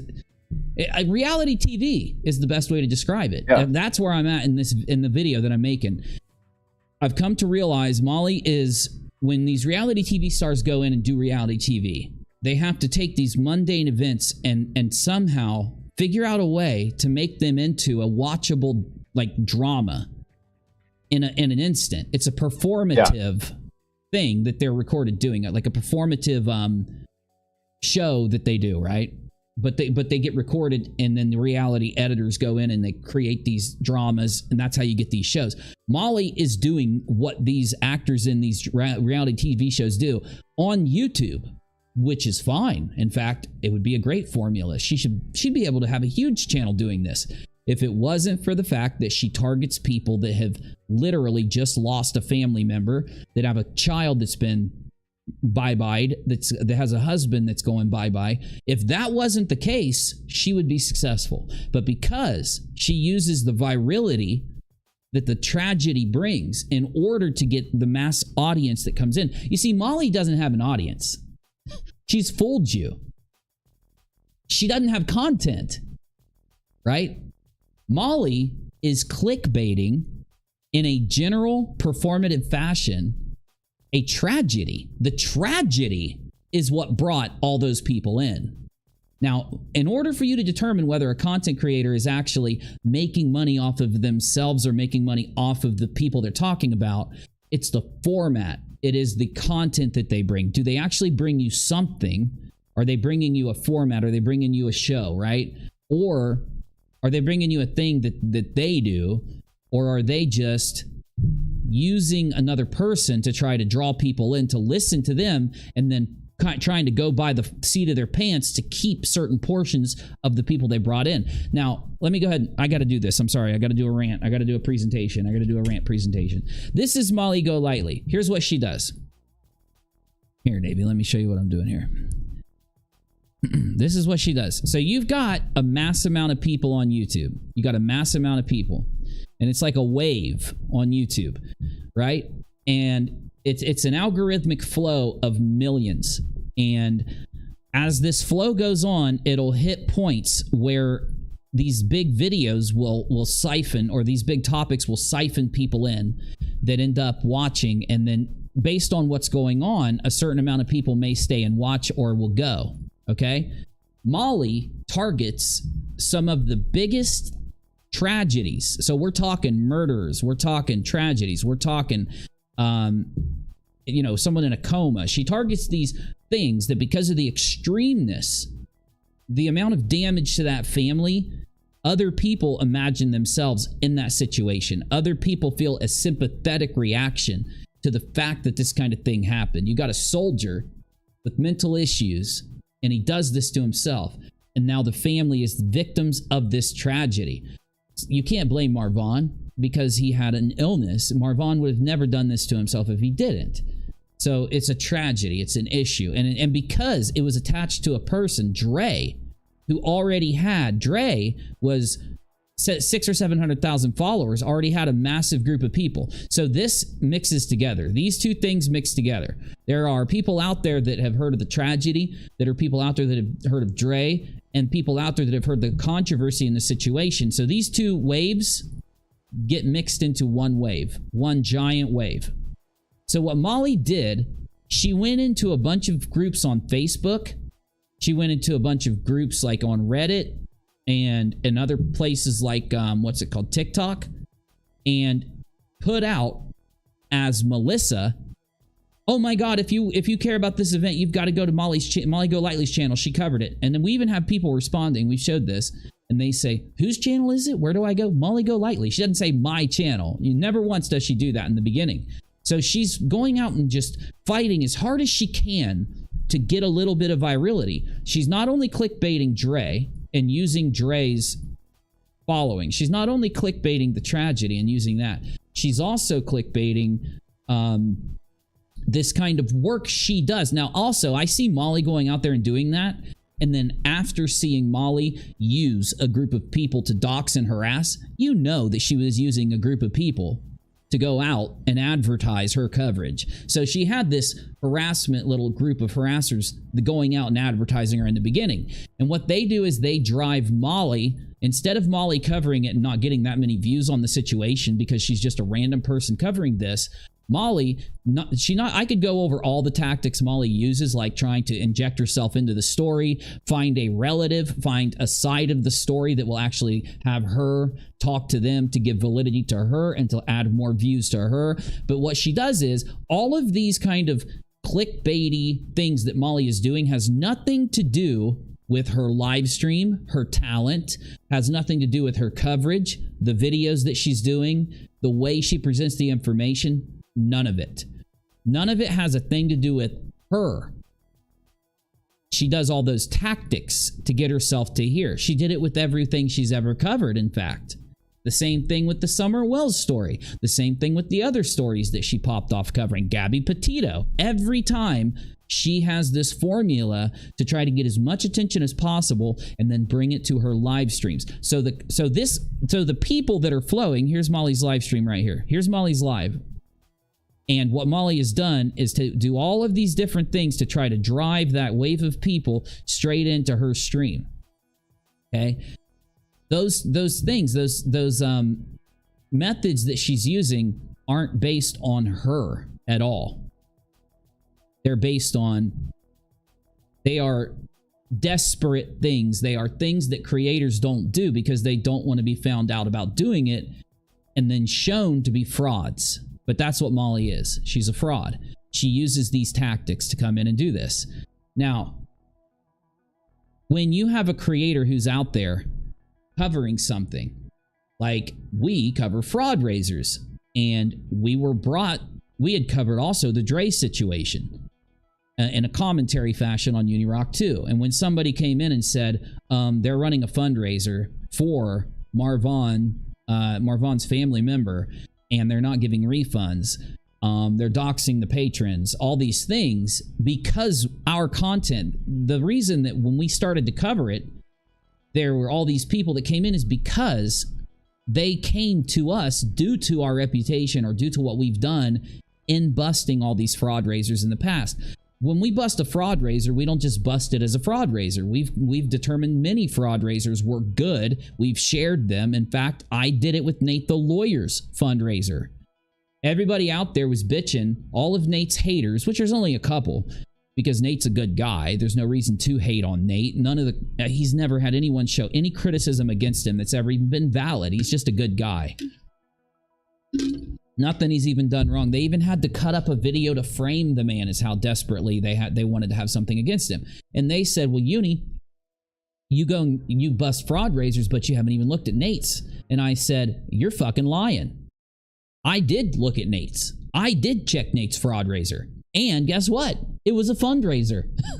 So, the point is, Molly, when we first started covering this, we were looking at the video clips because Molly was sitting there saying, we didn't do any of that. You guys all remember this. We didn't do that. That's not what we did. We didn't dox anyone. We didn't attack the refunders. We didn't, do all these crazy things. And then all of a sudden, we didn't siphon the money out of the account. The money's still in the account. And then you guys brought me all the proof that Molly was lying. Video clips of her siphoning the money, doxing people, threatening people, harassing people, admitting to doing it. So what I'm trying to tell you is, if Molly was the type of person who did a show, who did a stream, and because of the way she covers things and the way she gets results and the way that she's actually handled this stuff, she brought people in, that'd be a different story. But that's not her reputation. That's not what Molly is. Molly is desperate to hide what she's really done from people, because she knows that if the majority of YouTube knows what she's done, then it's over for her. And I can actually prove this, because we just got done covering a story where there were several frauds putting out content, pretending as if they were doing these fundraisers for a good reason, or that they were trained professionals in their field and they were all these things. And we showed that they were lying. Immediately, their little community self-destructed. It doesn't exist anymore. And when they try to bring people together, it is pathetic. We've had this result in many of the conspiracy theories we've covered. Once we debunk them, these people, it all ends up falling apart for them.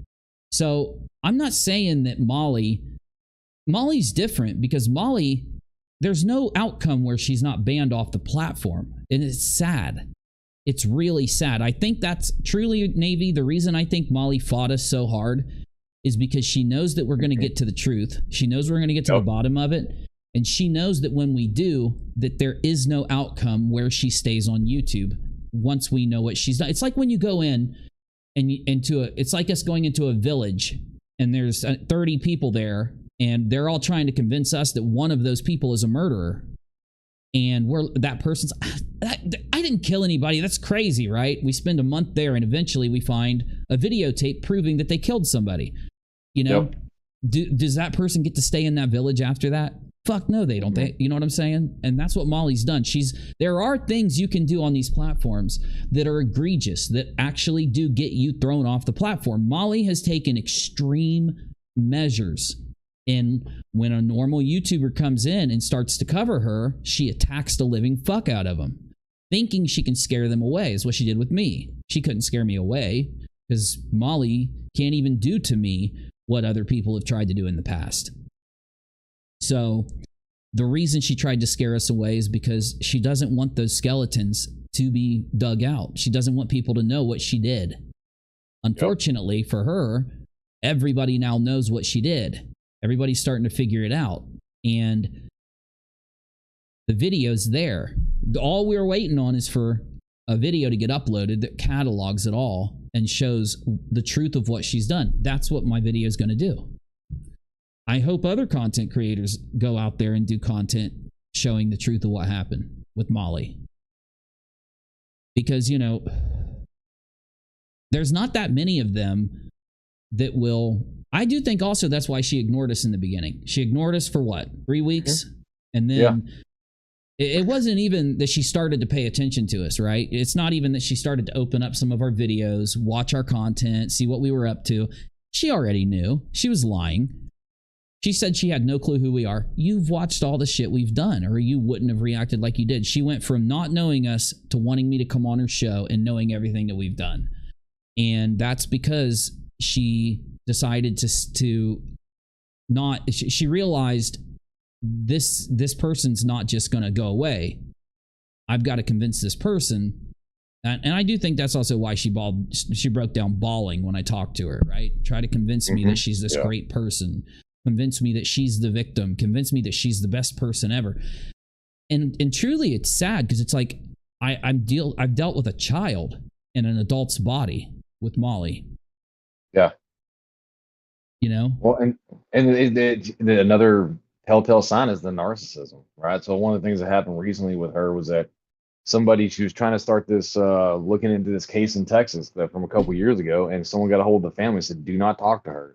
And she went on her live stream and was like, well, they're not going to find justice for this guy now because I'm not going to be able to be a part of it.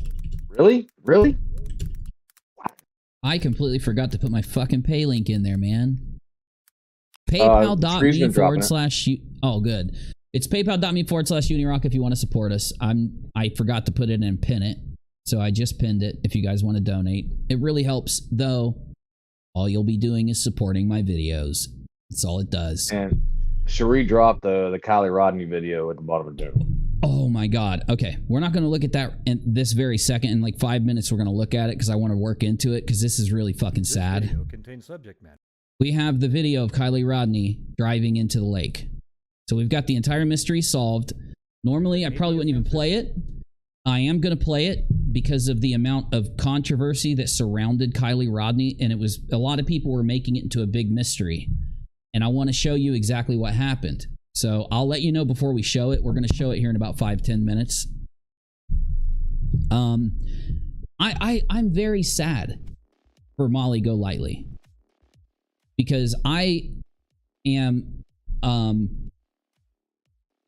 a unique kind of like content creator on the platform. I've had a big channel and lost it, not due to any of my own action, because YouTube changed the platform. And I unlike people like Darkside Phil, I adapted and went on to do other things. I didn't go on to do other things to try and become popular and famous and make loads of money. I went on and did what I thought was good content, funny, and that I enjoyed doing. And it ended up working. We used to stream for like 2,000, 3,000, 4,000 people, my nightly live podcast on UNIRock But I did it for 2 years, a year and a half, and wanted to end it and get back into commentary with a more relaxed live stream. And that's what we're doing now.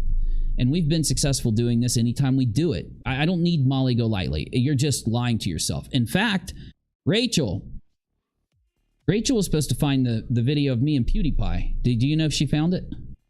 Yeah, she dropped it in general. It's off of her channel.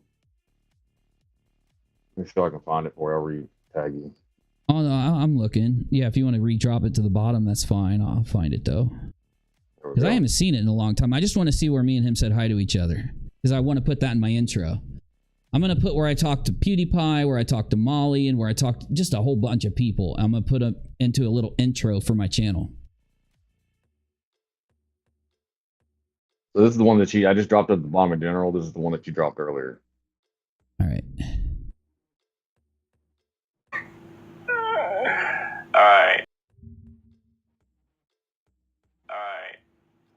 Oh, shit, that's the whole thing. Let me find a good clip of it. Me and Pewds chilling together. You know, it's only nice of me to take, like, you know, 10%. Do you know the timestamp, Rachel? Of where I'm talking to Pewds? I think it's like right here. That equates out to. Put a diamond. Or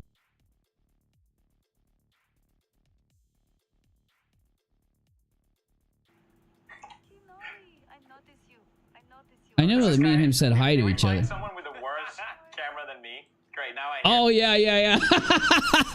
Yeah, okay, good. All right, we got it. I need it for an intro.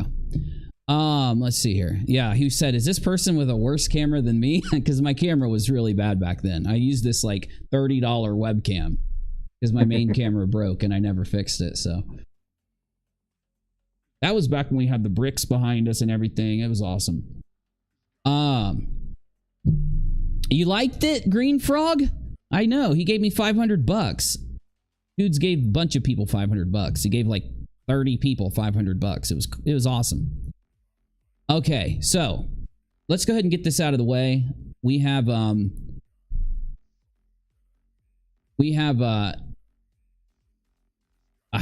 don't even want to show it. Love Shack says MGL isn't working cases. She's working a con. She's a nosy interloper, hell-bent on getting whatever she wants from the family so she can profit. Exactly, Love Shack Sarah. And the thing about Molly is that she's gotten too comfortable doing it in the multiple times that she's done it. And she needs to be historialized into the internet, which is my job. I'm not going to do a great job. I'm not going to do the best job. I'm not going to make the best video ever, but I am going to put out a video that historializes what she's done from a factual perspective. And that's the trap of her interacting with me like she did, you know? If she really sat down with me and said, listen, I don't do the dumb shit I did anymore. Don't make the video. And really gave me a good argument to why I shouldn't make the video, I wouldn't have made it. But that's not what she did. She tried to dox me and attack me, lied on my military service and all this stuff. So, you know, yep.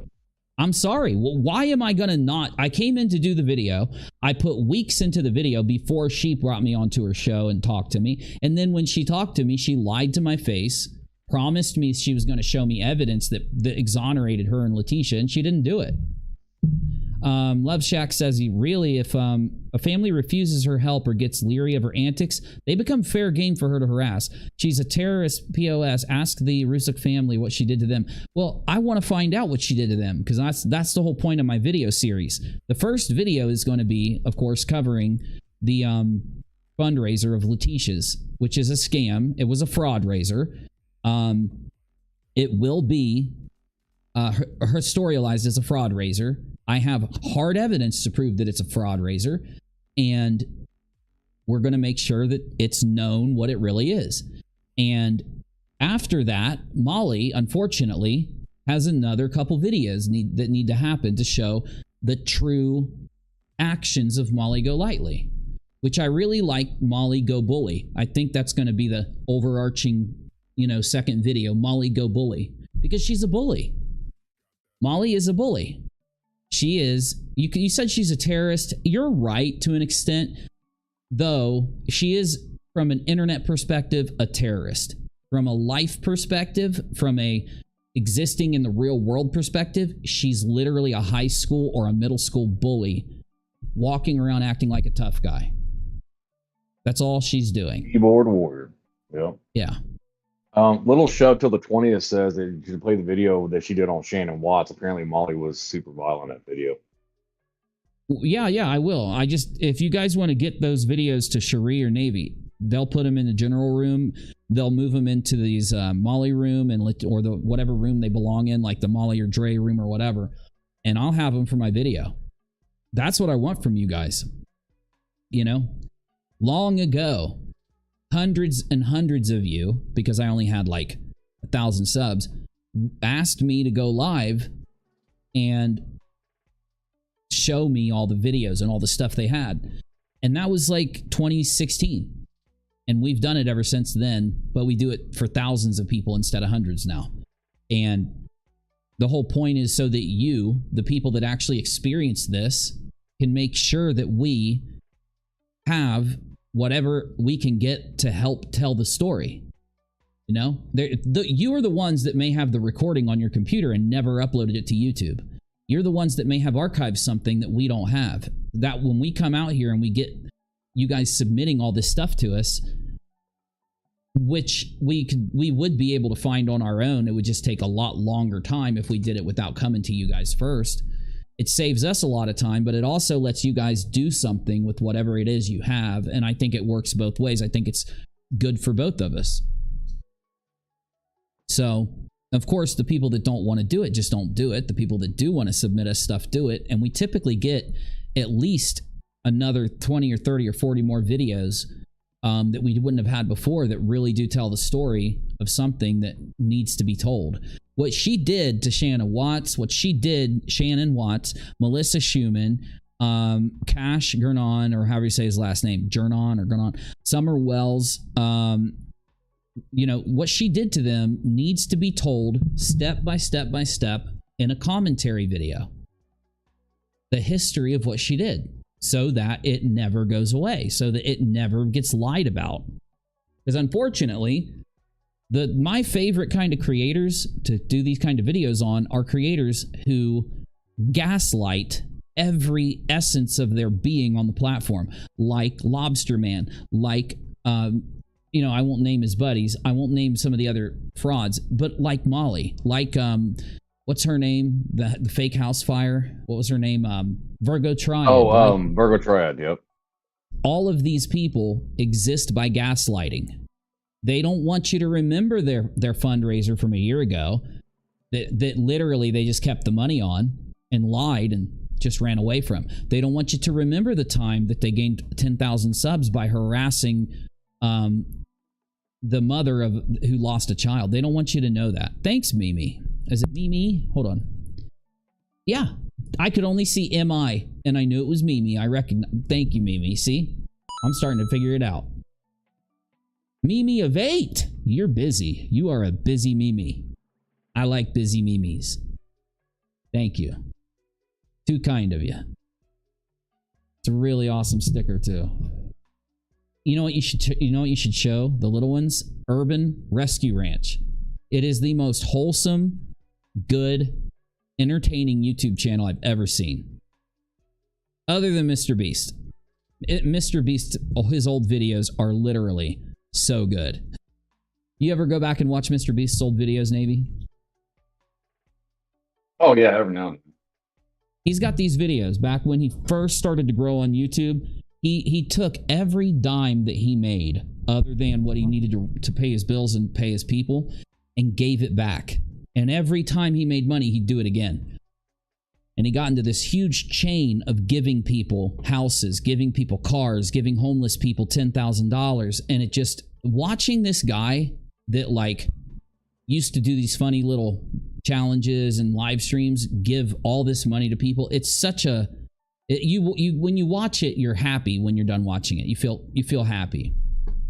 What did she do to all the victims of families? What she did to the victims of families was despicable. She only cared about content and banking off of them. Exactly.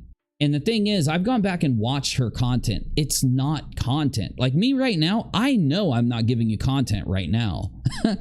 All these live streams are preparation for the content that I'm going to put up. So, or some of it that I have put up and the rest that I will put up. So it's like, to see people like Molly whose content is doing this is so laughable. They act like they're YouTubers. No, you literally are just sitting in a chair, attacking other people, being jealous of other people, hating other people. And the people that are watching you, 80 to 90% of them are doing it because they are seeing how extreme you are. And you've got maybe 10 or 5% of the people that are watching, literally, those are the only ones that are there to help you talk shit, and then maybe 1% of the 1% help you go harass people. She should be disavowing people that harass. People in her audience that go search out people on her stream for her and leave comments, she should be banning them. People that take what she's talking about and go harass somebody, she should be banning them. She should be disavowing them. She should be speaking against them. Because if you don't, even if you don't incite it, you still can cause it. And that's why we do speak against anyone harassing the people we talk about. That's why every other YouTuber that does this content speaks against harassing. She tells you to go harass. She will find whatever she thinks your address is, and it won't be 99% of the time, it's not even going to be your actual address. And she will have these people go and do things to whoever lives there just to hope that you might get bugged a little bit by what she's doing. That's desperation. That is the most laughable, like just I can't even describe it to you. It's so pathetic. You want to talk about how If somebody came up on YouTube to play a video game every night, they are doing more for society. They are doing more for the people that watch. They're doing more content playing a video game on their stream or on their channel than Molly has ever done in the entirety of her being on the platform. It's just a fact. And it's because of how she chooses to act.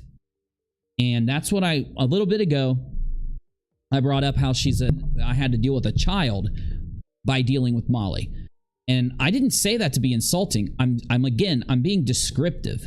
Molly, literally, for some reason, whether it's an act, whether she chooses to do it, she operates off of the mindset of a middle schooler when she goes live. Now, she could be the most adult woman off the air. She could be the most nicest person ever. I don't know who or how or who she is. I don't care. But the thing is, we're here to talk about what she does on this platform publicly. And that she does act like a middle schooler. She will, oh, wait a minute. You're telling me that UNIRock said something bad about me? She doesn't even give a shit to check.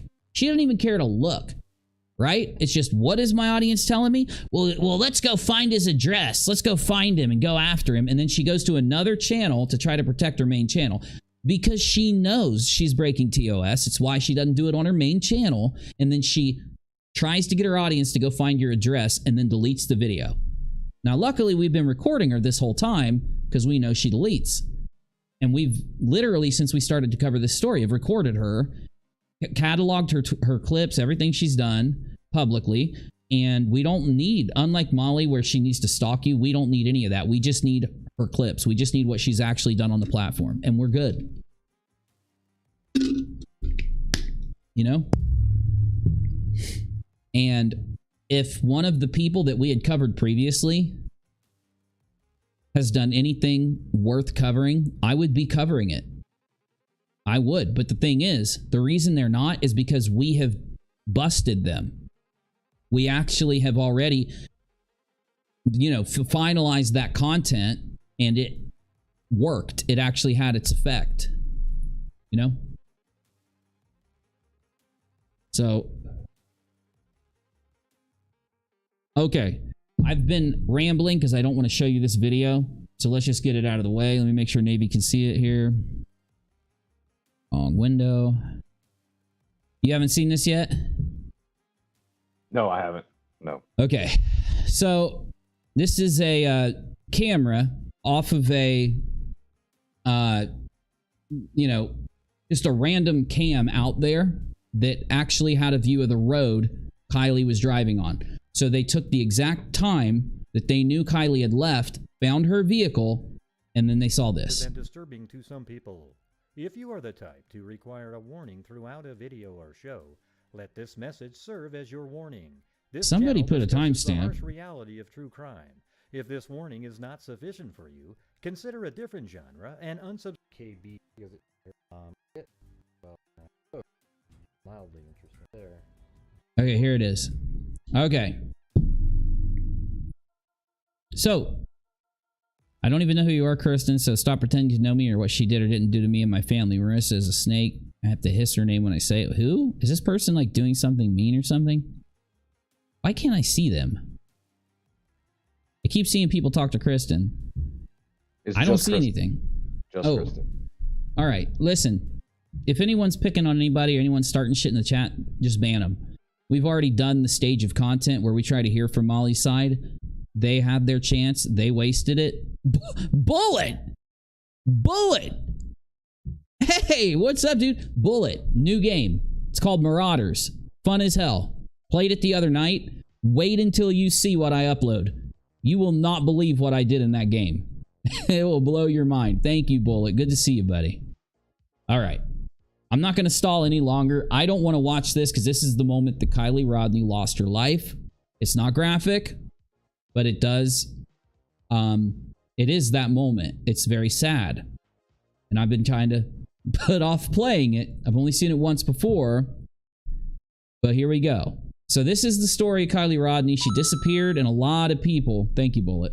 A lot of people on YouTube had a bunch of theories. They had a bunch of accusations and things like this. Well, here's what really happened to Kylie. And it's sad. It was just an accident. Take a look.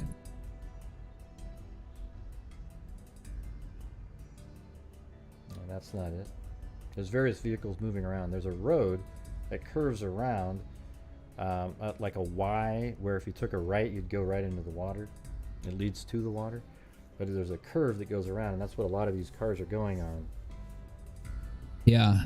It's almost like she just turned the wrong way. You know what I mean? Oh, doesn't it, Bullet? It's really cheap right now, too, because it's in alpha. It's really cheap. And now I'm going to... She's telling me about myself, and I don't even know her. Marissa speaks fondly of me to who during our friendship. All she did was talk shit. You know, it's okay. Just ignore it. Like, you know, here's what you can do. If somebody bothers you in the chat, you can click next to their name, and you can block them, okay? So I would just block them if they're saying things to you don't like. And if my mods see them say something that they shouldn't be saying, then they'll, you know, block them. My mods are pretty good. Zoom in, and again, right here. Yeah, look right up around here, okay? Right in this spot right there is where a car went in. See, there must be a vehicle there on... That's weird. There is a vehicle there. Why is there a vehicle there? You know, that day earlier in the day, or later in the day, actually, is what I used the still frame from. Which is, you know, I guess mildly interesting. Is this the same video, Cherie? Or did he have a couple? She dropped 2 in the general. I don't know if it's the same one. And now I'm going to zoom in. The one I saw had a timestamp in it. I want the one with the timestamp. Huh.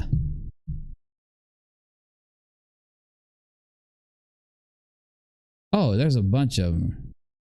Yes, Kylie Rodney's car filmed going in the water is the one I saw. It's this one. Yes, here we go. Much better, much better. We'll look at the other video, but yeah. So here we go, guys. In 18 seconds, you'll see the car go into the water. Okay, so here we go. Right here. I don't know. I don't like it. There it is. Right there going in the water. Watch. And then the lights, the headlights go into the water and you can't see it anymore. I think there was foul play. Davey.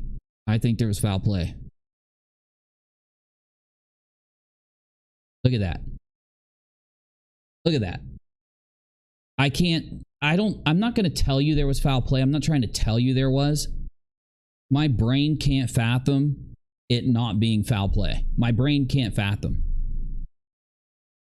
Like, it's so disturbing when I watch this.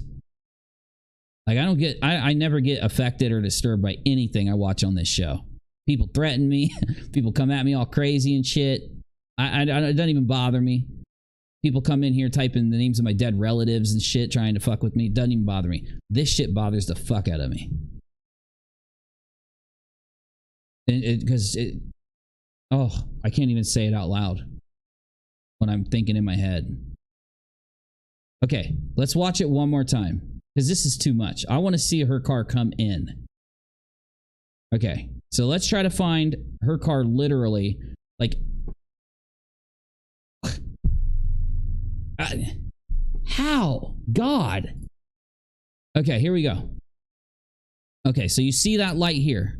So here comes Kylie's gonna come out of the woods. And then she goes up this way. Okay, so she comes out of the woods. This must be like where they were hanging out, the grounds, because there's another car. Look, she's like meeting another car in the woods or some shit. And look, she literally just takes a left. And look, people are leaving from there. Or something. Yeah.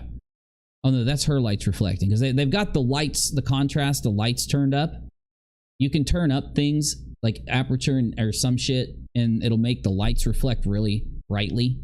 Right? I don't use regular cameras all that much, or I remember all that shit. I had to learn about it a long time ago. So the lights are very, very... You know, it's like when you look at a star at night through glasses or through something, and you'll notice that it's really big and bright. But then when you look at it with your eyes, it's just a tiny little dot, right? when you look through a camera and the star's like, boom, that's what's going on here. Now, she literally just comes out of this area, takes a left, and drives straight into the freaking water. Right here. You can literally see it. So a lot of people in the live are saying that apparently she was intoxicated and also she wasn't that experienced of a driver. So that's why people were stating that it was a horrible accident. Did they do a test? Did they find that out? Because I haven't read about it. Can't even. Because the thing that bothers me is I can imagine her going into the water right here and being in the vehicle and just not realizing that she could just roll down the window or bust it out or something like. Well, it depends on what happens. I mean, yeah, you got to act was fast. Intoxicated. Yeah, exactly. You have to act fast because if their water gets in and you can't swing a heavy item, you are going to end up being trapped because you can't open the door. Like when you notice that you're going into a lake like this, you have to throw your door open and jump out right away. For anyone watching, if you ever find water, like you just out of nowhere, let's say that you just zoned out and you're in water, you throw that door open and make sure you always have something heavy like a hammer or some shit under your seat. Because if you don't have the roll down windows, even if you have the roll down windows, because sometimes those fuckers break. Because that's the whole point, is to stop people from breaking in. But you know, in these rare cases, you can't get out. The pressure of the water against your doors doesn't allow you to open it. Pressure of the water against the windows, when you start to, if you have a way to roll it down, you could actually do it. But the problem is if it's operated by a motor, as soon as that water gets up to a certain point, you're not going to have any electricity. Yep. And it happens so fast. Yeah. Look how fast. Look at how fast. Look at this. So she's driving, probably thinking that she's about to hit the highway. She's probably thinking that she made a right, and she probably just took a wrong turn and is thinking, oh, I'm going to be on the highway in a second. And then all of a sudden she notices like, oh shit, I'm in the water. And literally within 10 seconds, dude, the water's up to her door. Within 10 seconds. Look, here we go. She now hits the water right here. 6, 7, 8, 9, 10, 11. Already at her door. 13, 14, 15. Her lights are starting to go under. 21, 22, 23. She can't get out. You know what I'm saying? Because it's actually a lot darker. Yeah. It's a lot darker. It's just been brightened. Like, I think he might have a normal... Okay, let's look at one of these other videos this guy uploaded. This video contains subject matter that may be offensive and disturbing. This is Gary Hughes Investigates. If you want to watch these videos for yourself in full, I'm only going to be showing you parts of them under fair use. To some people. If you are the type to require a warning throughout a video or show, let this channel.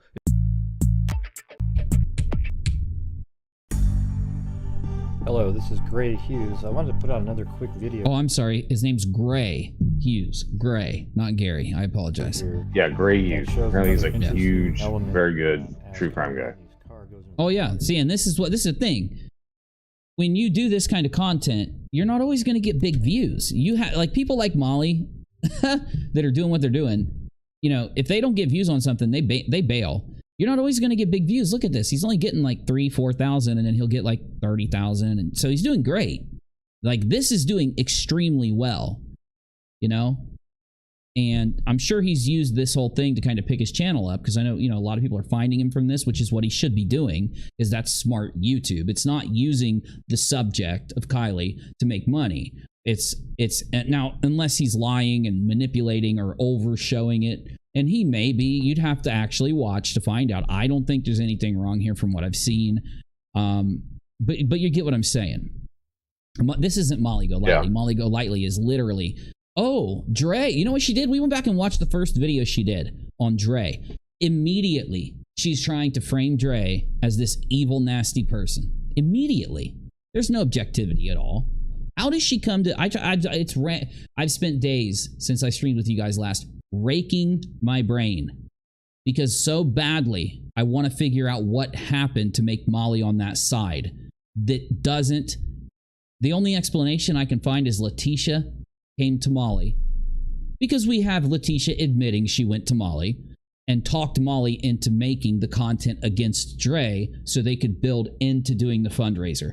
It's the only thing I can think, because Molly literally goes onto this topic with Letitia's narrative armed and ready to go. And, oh, fuck, it pisses me off. Because I like to think maybe Molly was lied to, someone led Molly into this, and then that all melts away the minute you look at Molly's past content and you see she did the same thing to Summer Wells. She did the same thing to all these other topics. Didn't really 100%. But you can see her headlights actually hitting the trees on the far bank. Yeah, you can see the headlights reflect off the trees, and then you can see the headlights go in the water. It looks like she makes a hard right turn. Let me show you. So if you zoom in. Well, yeah, Smiles. And I do want to think, because one thing I try to do to make sure that I get a fundraiser figured out, I could assume that Molly did a million things going into this. I don't want to. Because I have all of Molly's past behavior, which is a basis for circumstantial evidence to go in and say, okay, this might have happened. I don't even want to go there. I want to go into the fundraiser and literally look at what I have and build the actual truth of what happened, right? And the problem is, if you're set in that mindset, you do want to say to yourself, maybe Letitia lied to Molly or something. Now, I don't believe that. I don't believe that at all. I'm pretty sure that Molly saw dollar signs, found out Letitia, because she went into these groups. We have when she first went into the groups. We've seen it. And it's almost like Molly was seeking out Letitia. Letitia was seeking out a YouTuber. They found each other. And we don't know what they said to each other because they still are lying for each other. They're still keeping each other's back. But I'm going to tell you, if this police investigation goes where it needs to go and they do their job the way they need to, which sometimes doesn't happen, most of the time it does, then eventually one of them is going to turn on the other and the truth is going to come out. Yeah, 100%.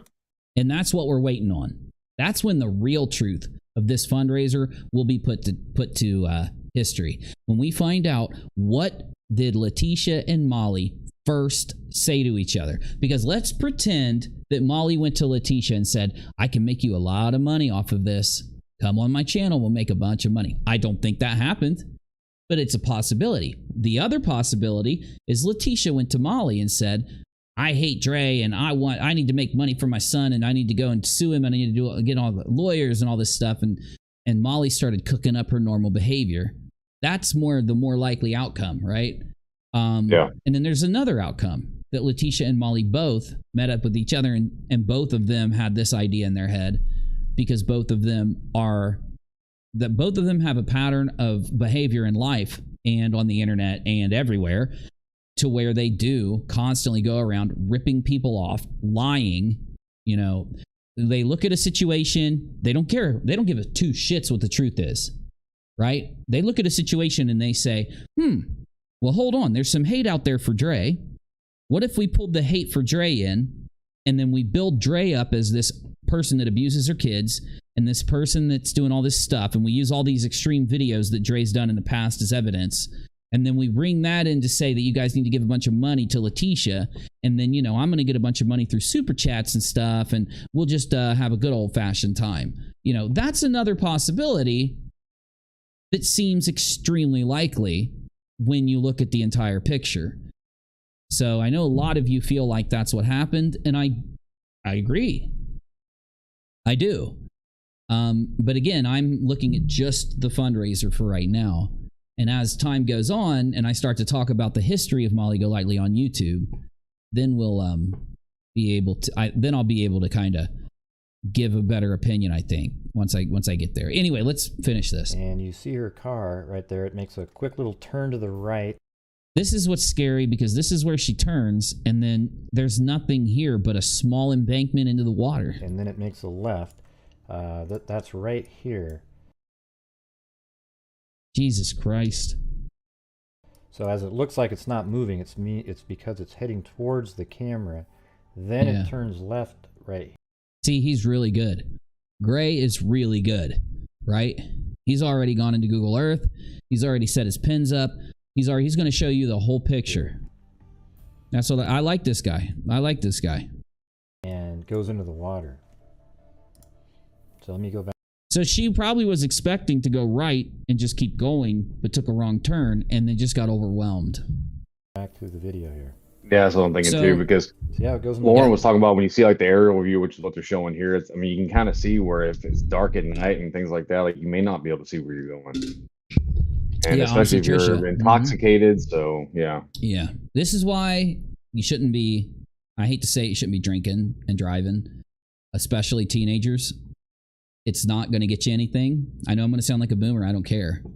Because I've been all over the world. I've partied the hardest out of anybody on the planet back in the day. You know, it doesn't, and now I put that all behind me a long time ago and grew up. But the point is, it's not, there's no magical thing you're going to find out there. The thing you're looking for, you're not going to find it in a beer bottle and a drug in a group of people in the woods. You might find it with a group of people in the woods, but if they're all intoxicated, it's likely you're not. You might. You know, I know everybody's looking for people. They're looking for friends. They're looking for someone to love and all that. But you have your entire fucking life ahead of you. If you don't drink and then drive, or you don't do drugs, you have your whole life ahead of you. You start doing drugs, you don't have shit ahead of you. You've got jail, the hospital, you got jail, you got rehab, and you've got death. Those are your only options once you start getting into drugs. And it's just a fact. You know, I wasn't a believer my whole fucking life. I was an atheist. And in the last like 8-10 years, I've been a believer. And I do think that there are these, I think that the true challenge is mental. It's what do they say? What's the saying? It's a battle of ideas, or it's a battle of, what is the saying? Like a battle of wits, or no, it's like a morals. Like it's in the Bible. It says something about the life is a trial or a battle of ethics or morals, or I can't think of the saying, but anyway. So right over here on this, the people out there who covered Kylie Rodney, and yes, church, I'm talking to you. I love Ryan Upchurch. I think Ryan was off base with his coverage of Rodney. I think he can turn it around. I don't know if Ryan got this video and covered it and talked about it. I think he should. I hope he does. I just found out about this video a couple days ago. It was put out October 7th, so yeah. Sandy B says spiritual warfare. Yeah, spiritual warfare. Thank you. Thank you, Sandy. Yes, we are.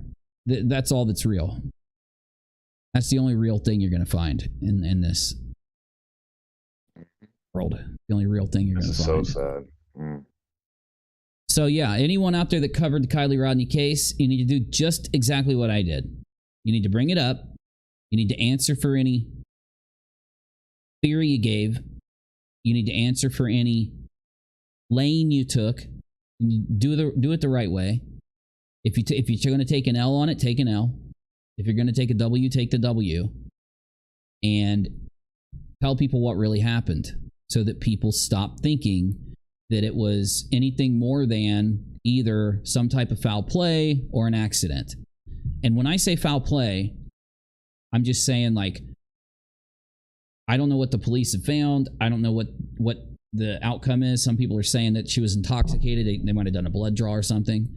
So if that's the case, and they've ruled out the fact that someone else could have been driving the car and dipped out, left her in it, swam away or something, which I don't think is possible. It's just, that's my cope.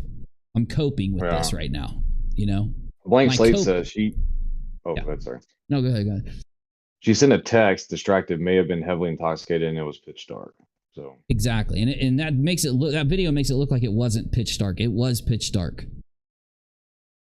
You'd be amazed at what you can see if you know how to edit videos. You can put it into Photoshop and mess with the curves or mess with the levels, and you can take a completely dark picture and actually see what's there in some situations, because, you know, the visible light spectrum is different than what you think it is. So It's sad. It's sad. I just hate it. Okay, so back to Michelle goes live, Molly goes live, lightly, bully. Back to that whole mess. You know, we're at the end of the road of the Letitia fundraiser until there's an update. So, of course, tomorrow my video will be done.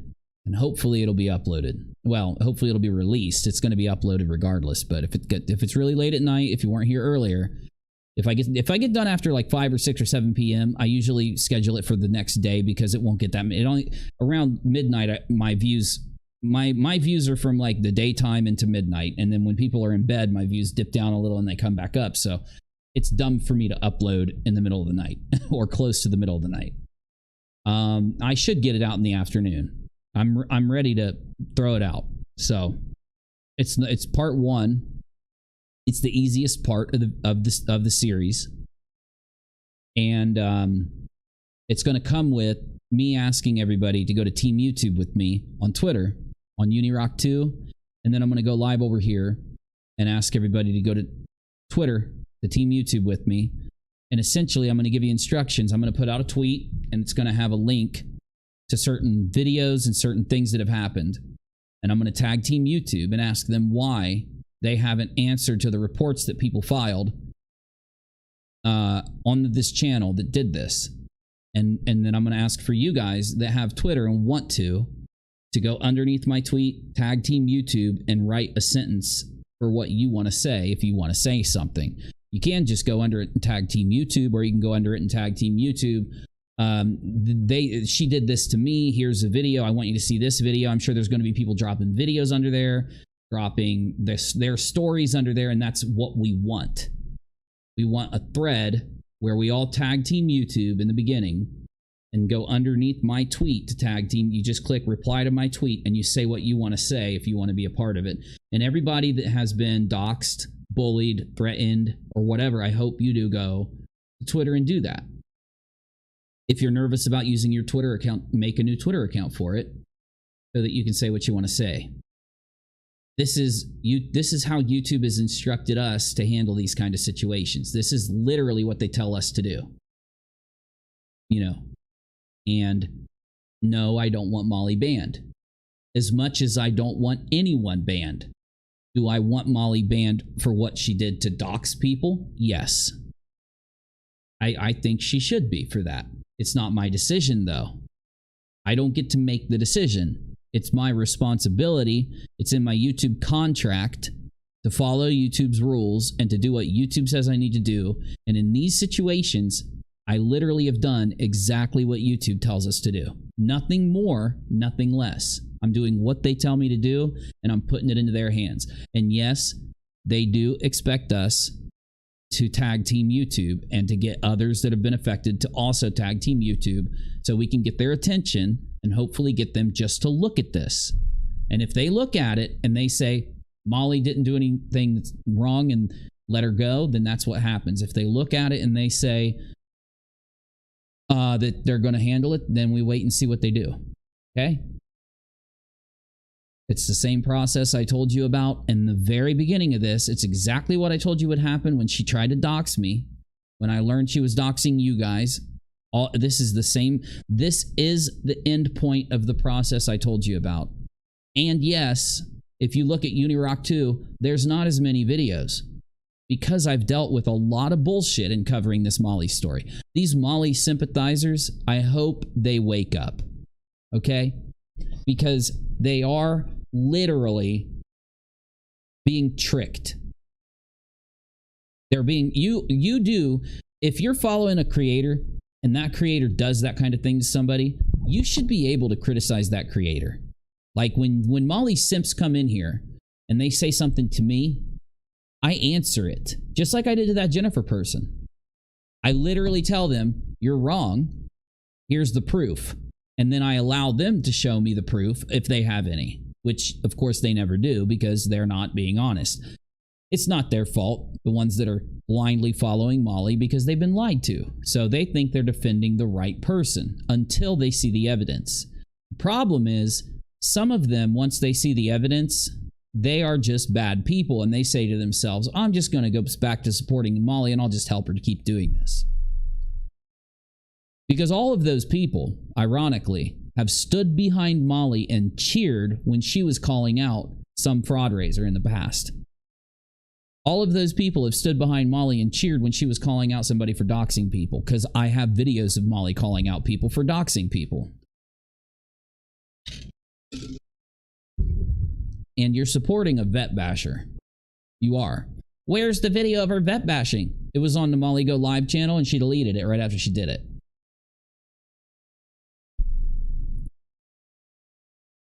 And those people that will say, I don't think she vet bashed you. Well, why don't you go talk to your friends? Because a bunch of them made excuses for her doing it because they watched her do it and tried to make excuses in my live chat for why she did it when I did a video about it. So, I don't know. Is all of Molly's sympathizers lying in defending her for doing it? The ones that did? No, they're not.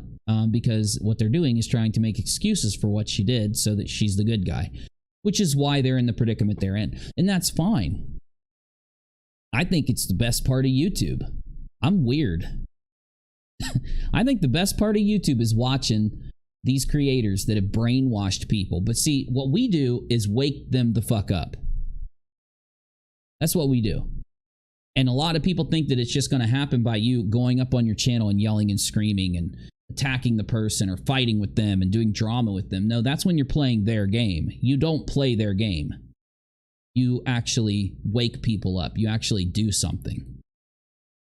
And we are about to drop, I think, the best exposure on her outside of people like Toasty and others who do the long form live content. If you have a video that's like a Molly GoLightly video where they document all the fucked up shit she's done, and you know a creator that's done that, please send it in to me so I can watch it. Have you found one yet, Navy? I was just talking to everybody about this like 3 days ago. I haven't been able to find one. I haven't seen one that documents what Molly's done. No, I haven't seen one either. A lot of live streams, you know, like a lot of, I want to pull from Toasty's content too and advertise Toasty a little bit because Toasty's awesome. Burnt Toast. For those of you that don't know, you should subscribe to Burnt Toast. So anyway, what has Michelle been up to? Some people tried to say she's not talking about Molly. She just did a few days ago. She just had Molly wrestle her beavers right on Michelle's channel a few days ago. So gross. Yeah, that was funny. All right, let's see what Michelle's been up to here. She's a content creator now. No? She's doing it. For some reason, she's constantly putting herself in a bikini as her thumbnail. Oh, look, hold up. Happy birthday to me. I want to see this. I like Michelle. Michelle thinks I don't like her. I do. I don't know why she acts like that towards me.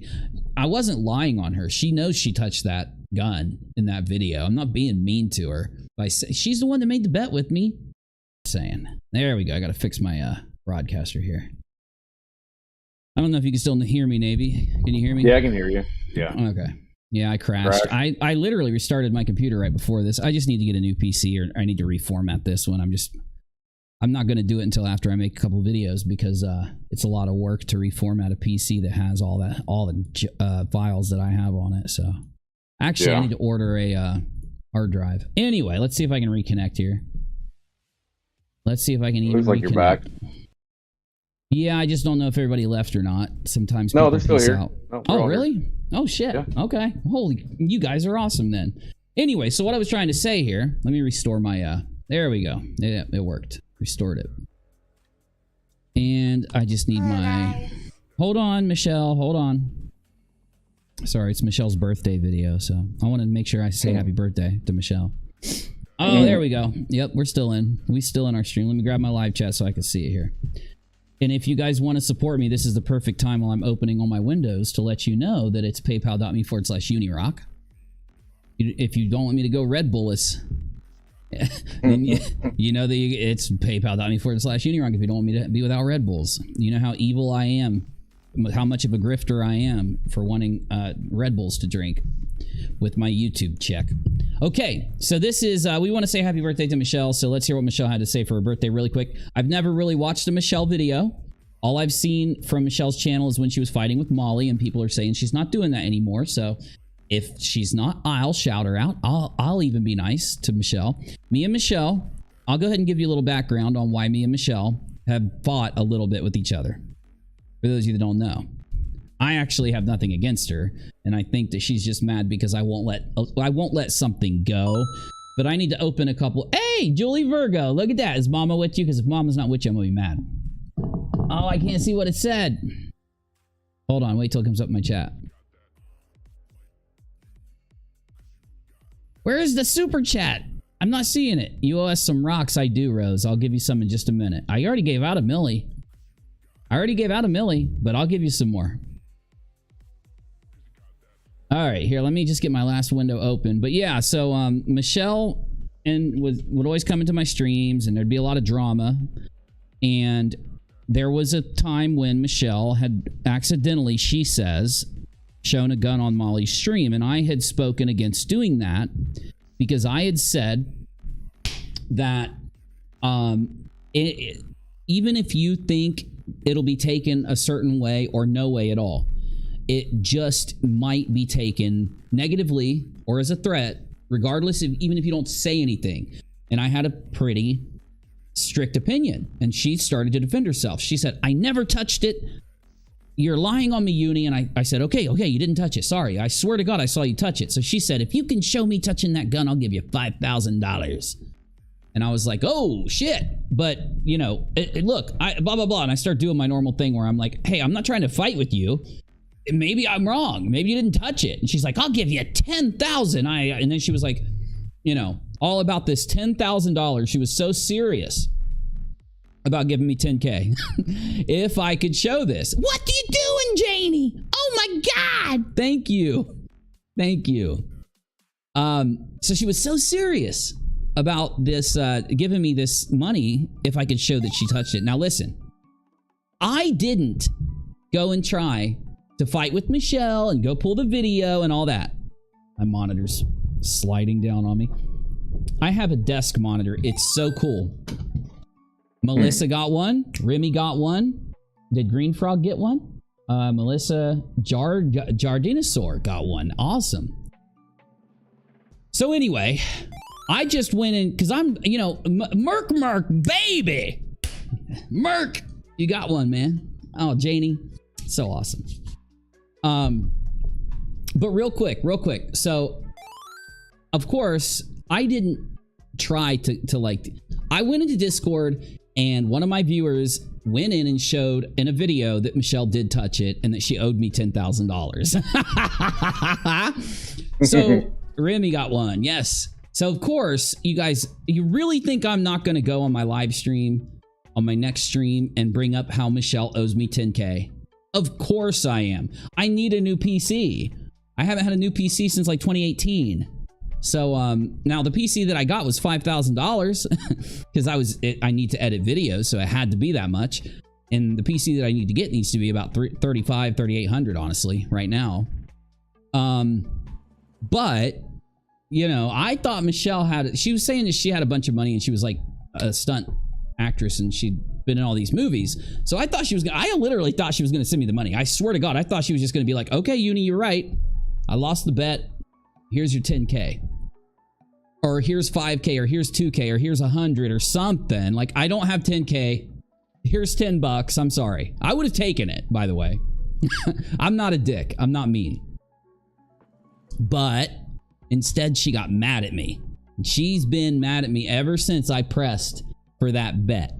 So, okay, let me ask you. Was I wrong okay, how should I ask this question, Navy? Should I say, was I wrong in trying to cash in my bet, or should I have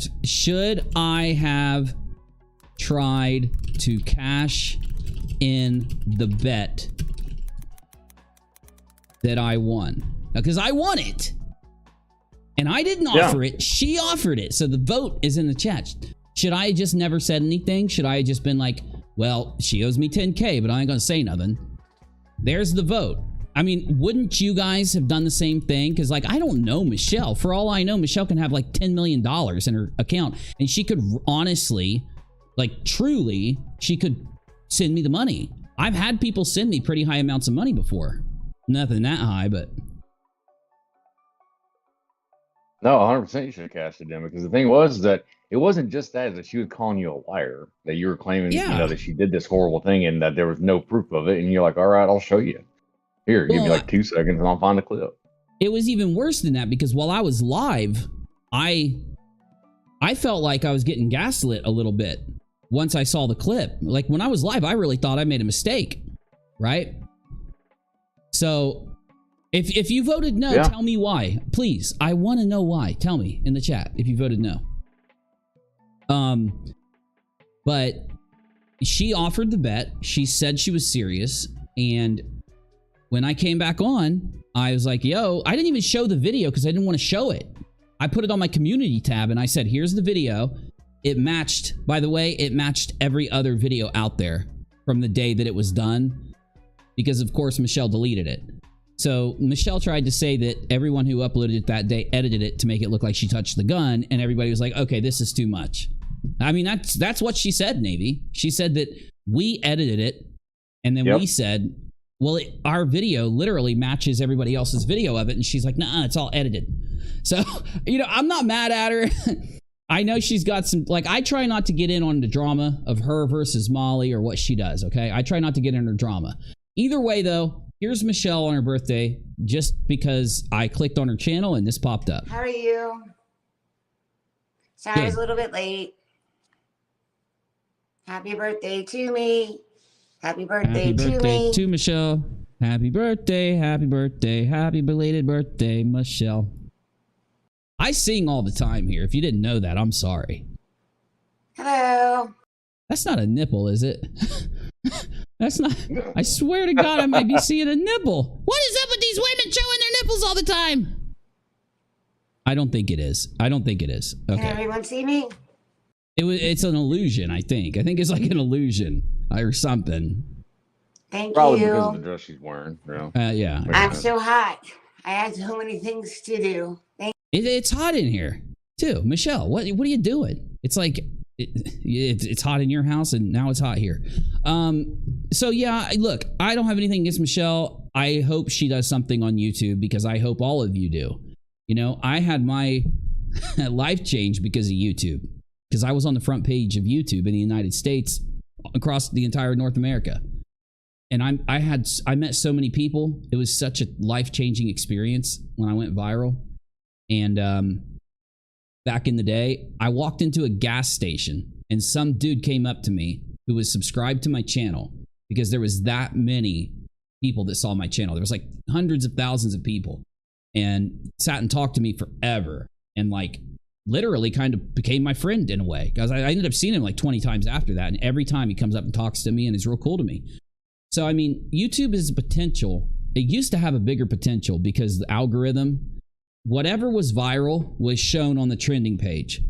So, or in the front page of YouTube, when you opened it now, it'll show you your curated subscriptions. It used to be when you uploaded that shit, it would show you videos from all over your area or all over the United States or wherever you're at. So I hope anyone that wants to make a channel does it. It's just when people look at myself, when people look at Molly, when people look at all these other people that have been out there doing this, they think, oh, it's so easy, or it's easy to have a following. Because you see me now where I'm like live a couple times a week. A lot of times I'll be live 5 days of the week. In the last couple weeks, I've been making commentary videos because it's easier to do that when I'm sick. But my point is that they look at what we do and they're like, yeah, all I got to do is go live here and there and I can do YouTube all the time. And it really isn't like that, to be honest. I always tell people, I did this for almost 2 years and had like 8 viewers, 12 viewers, 13 viewers, or 300 or 400 viewers on an upload. So, you know, You got to do it for a long time before anyone will watch your show. And I know people that have done it for 10 years and never grown their channels. Like people that do it regularly. I know the secrets, though. I know what works. So sometime I need to start on my tutorials because everybody keeps asking for them. My tutorials typically have, you know, pretty good views. They usually get more views than anything else. She's saying happy birthday to me because she's no one to celebrate her birthday with. Oh, okay. Well, I didn't know that. I just thought she was saying happy birthday to herself. But if it was your birthday, happy birthday, J Moon. I like that name, J Moon. Jamoon.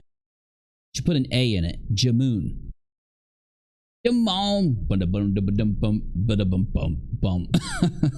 Sorry, I'm a Michael Jackson fan. Did you guys know that Michael Jackson's innocent? Did you know this? Did you know that I can prove Michael Jackson's innocent? I'm not going to do it right now, but I have done it a couple times. That'd be a great video to make here soon too. Fake stroke, fake mask. Oh, did she talk about the fake stroke mess? Is that what this is? Because if Michelle covered it, I'd listen to what she said about it. What in the hell? Did she really go live for 12 straight freaking hours? Wow. No. Holy shit. She's like me. There's an 8-hour. Yeah, there's an 8-hour one. Man. She's like me, dude. This is what I used to do back in the day. Oh, yeah. 8 hours, 12 hours, 3 hours, 6 hours, 5 hours. 6 hours, 6 hours, 5 hours. Okay. So she's working it. She is working it. I mean, I used to do that too, though. But we were covering, we were debunking the Q-spiracy when I used to do a lot of long live streaming. So, like, we were busy the entire time. Help people get people to Twitch affiliate. I see what she's doing, and it's what it is. Is she trying to get Twitch affiliate or something? I have people attacking me here. No one's attacking you. People are cool here. If anyone attacks you, my mods will ban them. You're allowed to be here, J Moon. You can be here. You're fine. Focus. It's okay. Everybody's cool. My mods are pretty good at what they do. They're pretty slick. You know what? I need to launch some music in. That's what's wrong after I crashed. So what time we got? Oh my God. Is it really 2 a.m.? Oh my God, bruh. Yeah, I know. We've been live for a few hours too. Listen, I can't do this right now. I can't do it. Oh, they're trying to start shit, says Lauren. Well, kick anyone trying to start shit. Just kick them. Yeah, we've changed back from not banning anyone to banning anyone who's trying to start shit in my chat. Oh, well, look at this. Should I have tried to cash in the bet? There's 40% of people said no. Why should I not have tried to cash in the bet? You got to tell me why. I'm looking at the chat right now.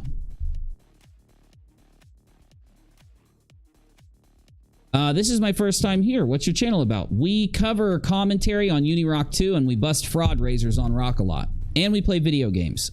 So if you don't like video games and busting fraud raisers, you might not want to be here. Yep.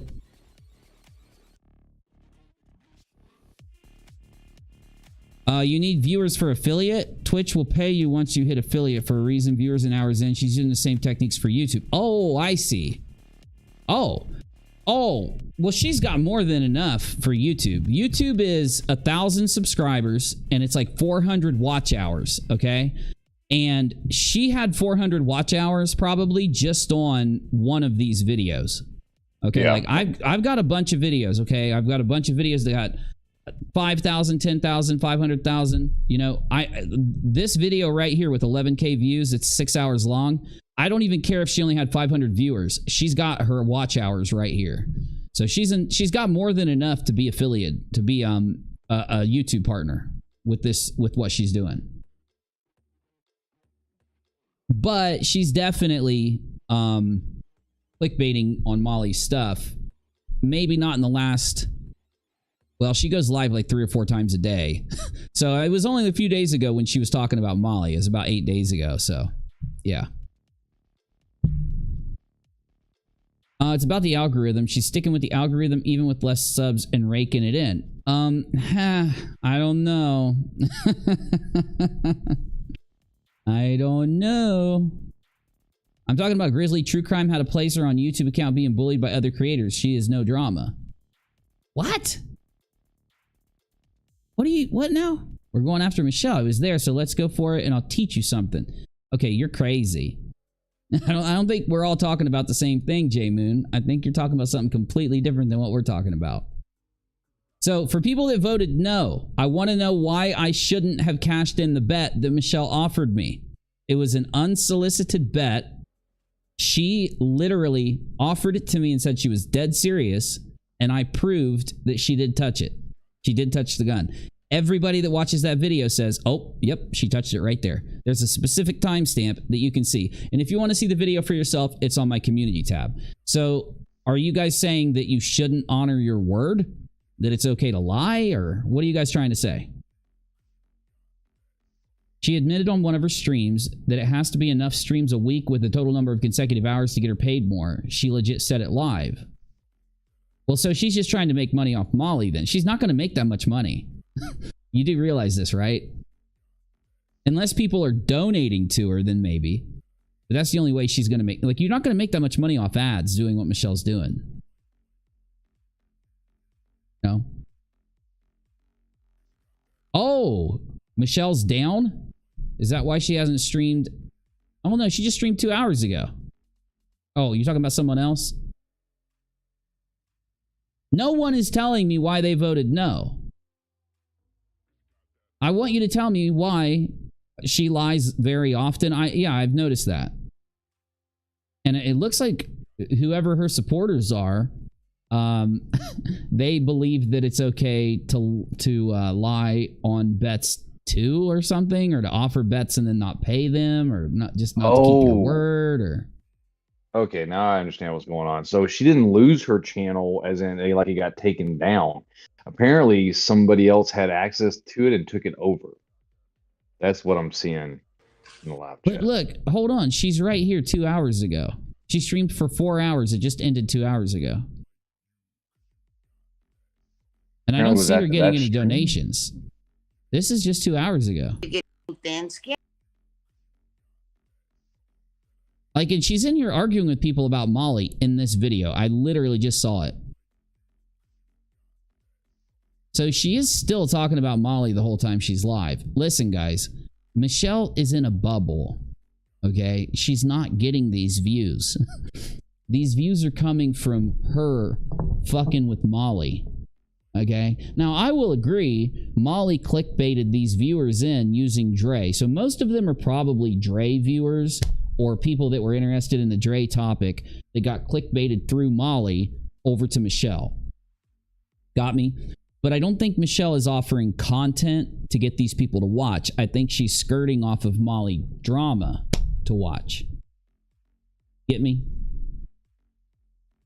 Valentina had all her passwords. Yeah, but she could have got it back. I mean, whoever, if Michelle has like a backup setup or whatever, she could get it in and then take all that out and change her passwords. All I know is Michelle just ended a stream less than 2 hours ago. That's all I know. No, I'm not going to say hi, Tony. I'll ban you, though. I mean, if you want me to ban you, I will. Andy says all drama. I'm starting to think that.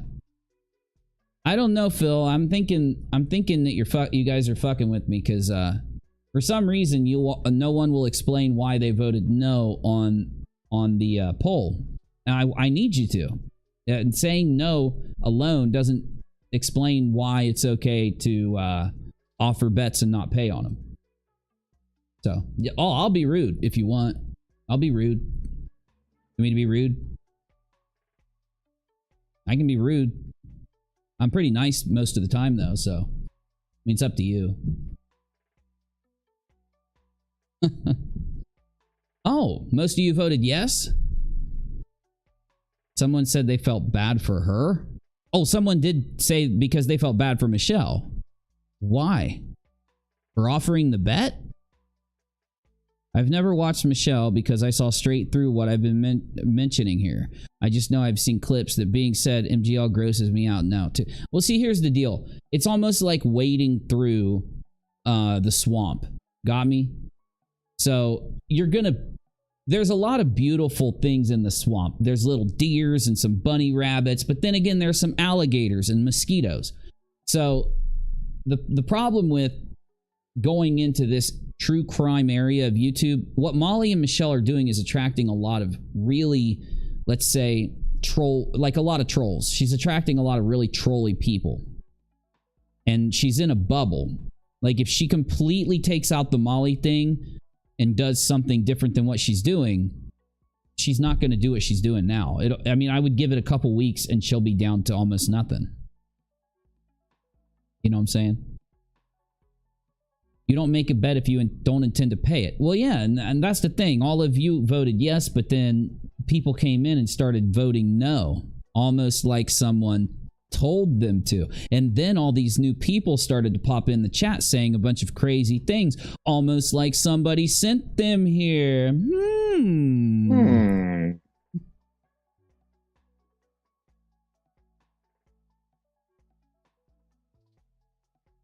Oh, you said no, that I shouldn't have tried to cash the bet because she's not right mentally. Well, that's the thing. I don't know this. Everything she tries to say and do is her trying to show that she's right and that, you know, all these things that she's saying are what, you know what I'm saying? So it's like me taking her on her word until I realize that's the whole point. The whole point of me cashing in the bet was to prove that Michelle was a liar to everybody. And it did. So it's a hard realization, but it's something that you have to realize.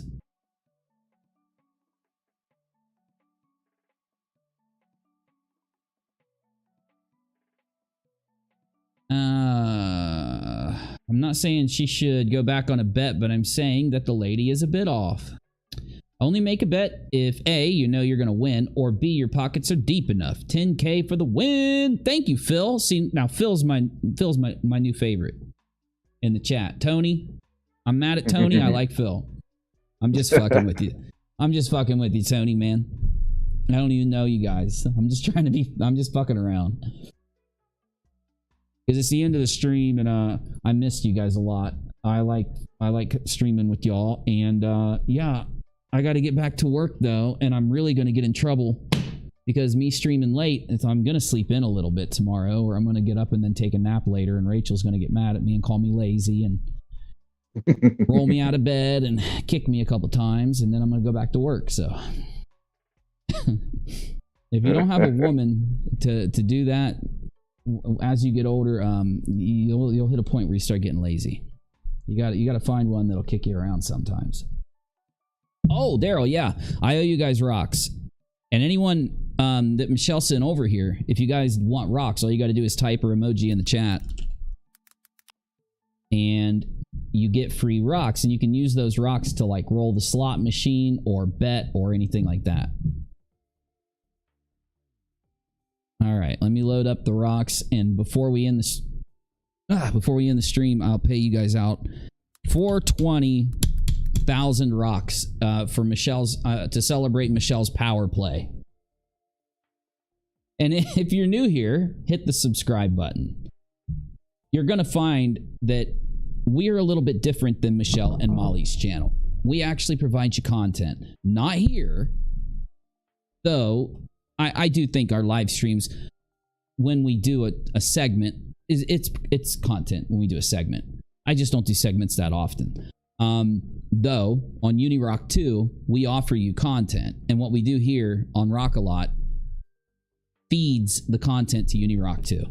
We try to cover things here that will aid us at some point in uploading. And of course, I'm going to give you guys a minute. So, well, I thank you, Lauren. I do think that when I'm presenting you something, explaining or reacting, I do believe it's content. Yes.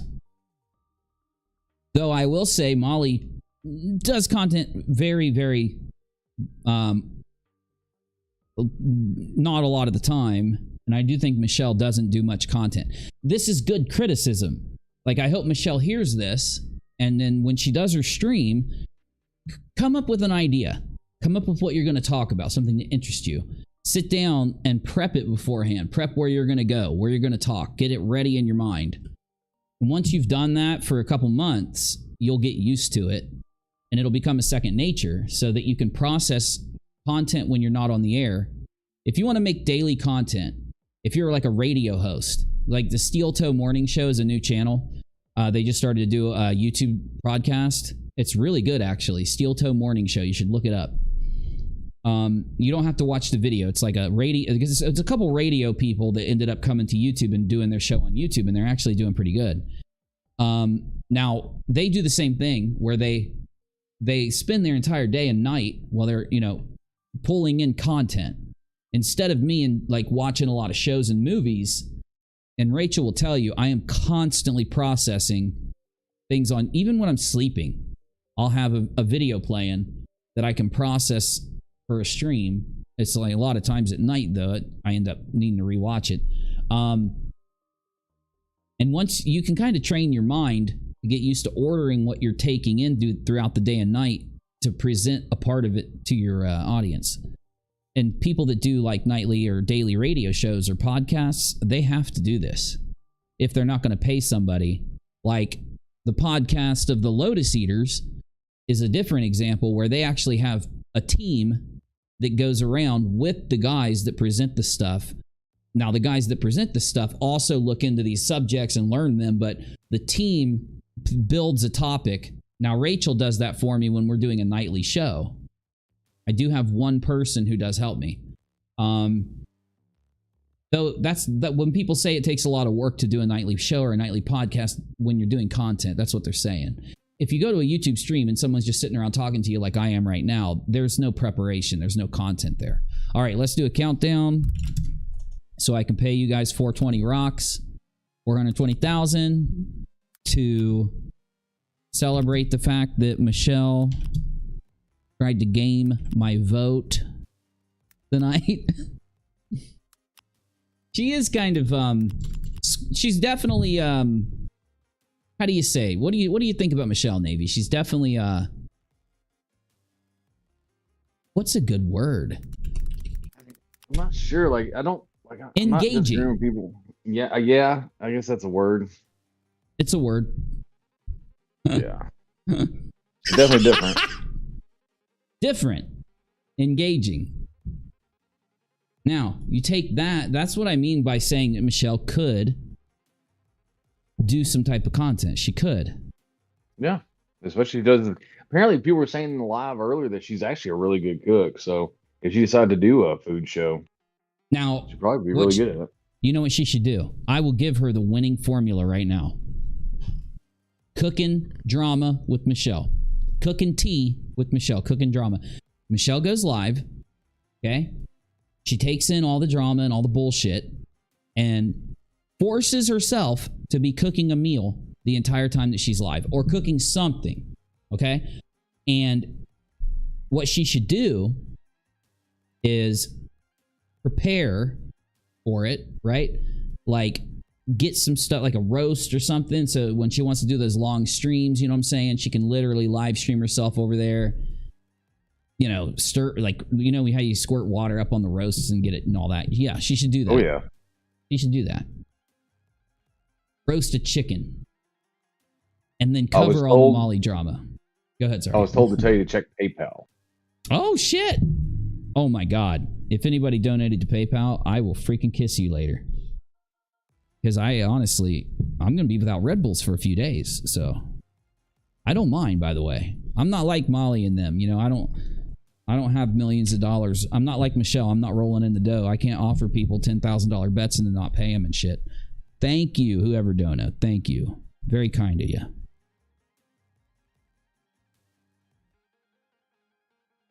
Thank you. So you know what I'm going to do? I'm going to go back. I'm going to bring you some content. I'm going to bring you some content tomorrow. So you guys know that when I was after we got substantiated into the Letitia fraud raiser, I started to bring you a breakdown every night of what was the update to the fraud raiser. And then we would go into like processing some of the video and stuff, right? So that's an example of content.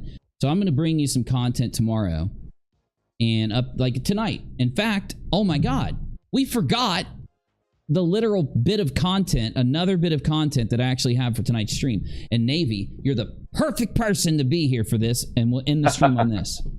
Okay. This no streaming for several days is for the birds. I know, but look, I got to get you guys adjusted to it because it's better for my people. Really want me to upload. People are getting really mad at me that I'm not uploading, and it's very necessary for me to make sure that I'm in the flow of uploading and then live streaming and uploading and live streaming. So that's what these last few days where I wasn't live streaming. If I wouldn't have done that, I wouldn't have been able to get, I had to get my schedule rotated. I had to get my mind back into the editing game. You know what I'm saying? So I think you'll like what I'm going to do. I think you're going to like it a lot because I think it's going to be digestible content. I'm going to stream for a few hours every couple days. There'll be a stream that's either broken up an hour every day or a 2-hour stream and then no stream, something like that, while uploading a video every day so that you got digestible content. If you can't make it to the live, you can still watch the replay and you can watch the video I uploaded. And that way, I can actually provide content that people don't have to, that's not really long and drawn out. I don't want to do that to you guys because I get better views. I'll actually, do better if I do it that way. So the last thing we have to talk about, I'm going to go ahead and roll right into it here. We actually have a little bit of content for you.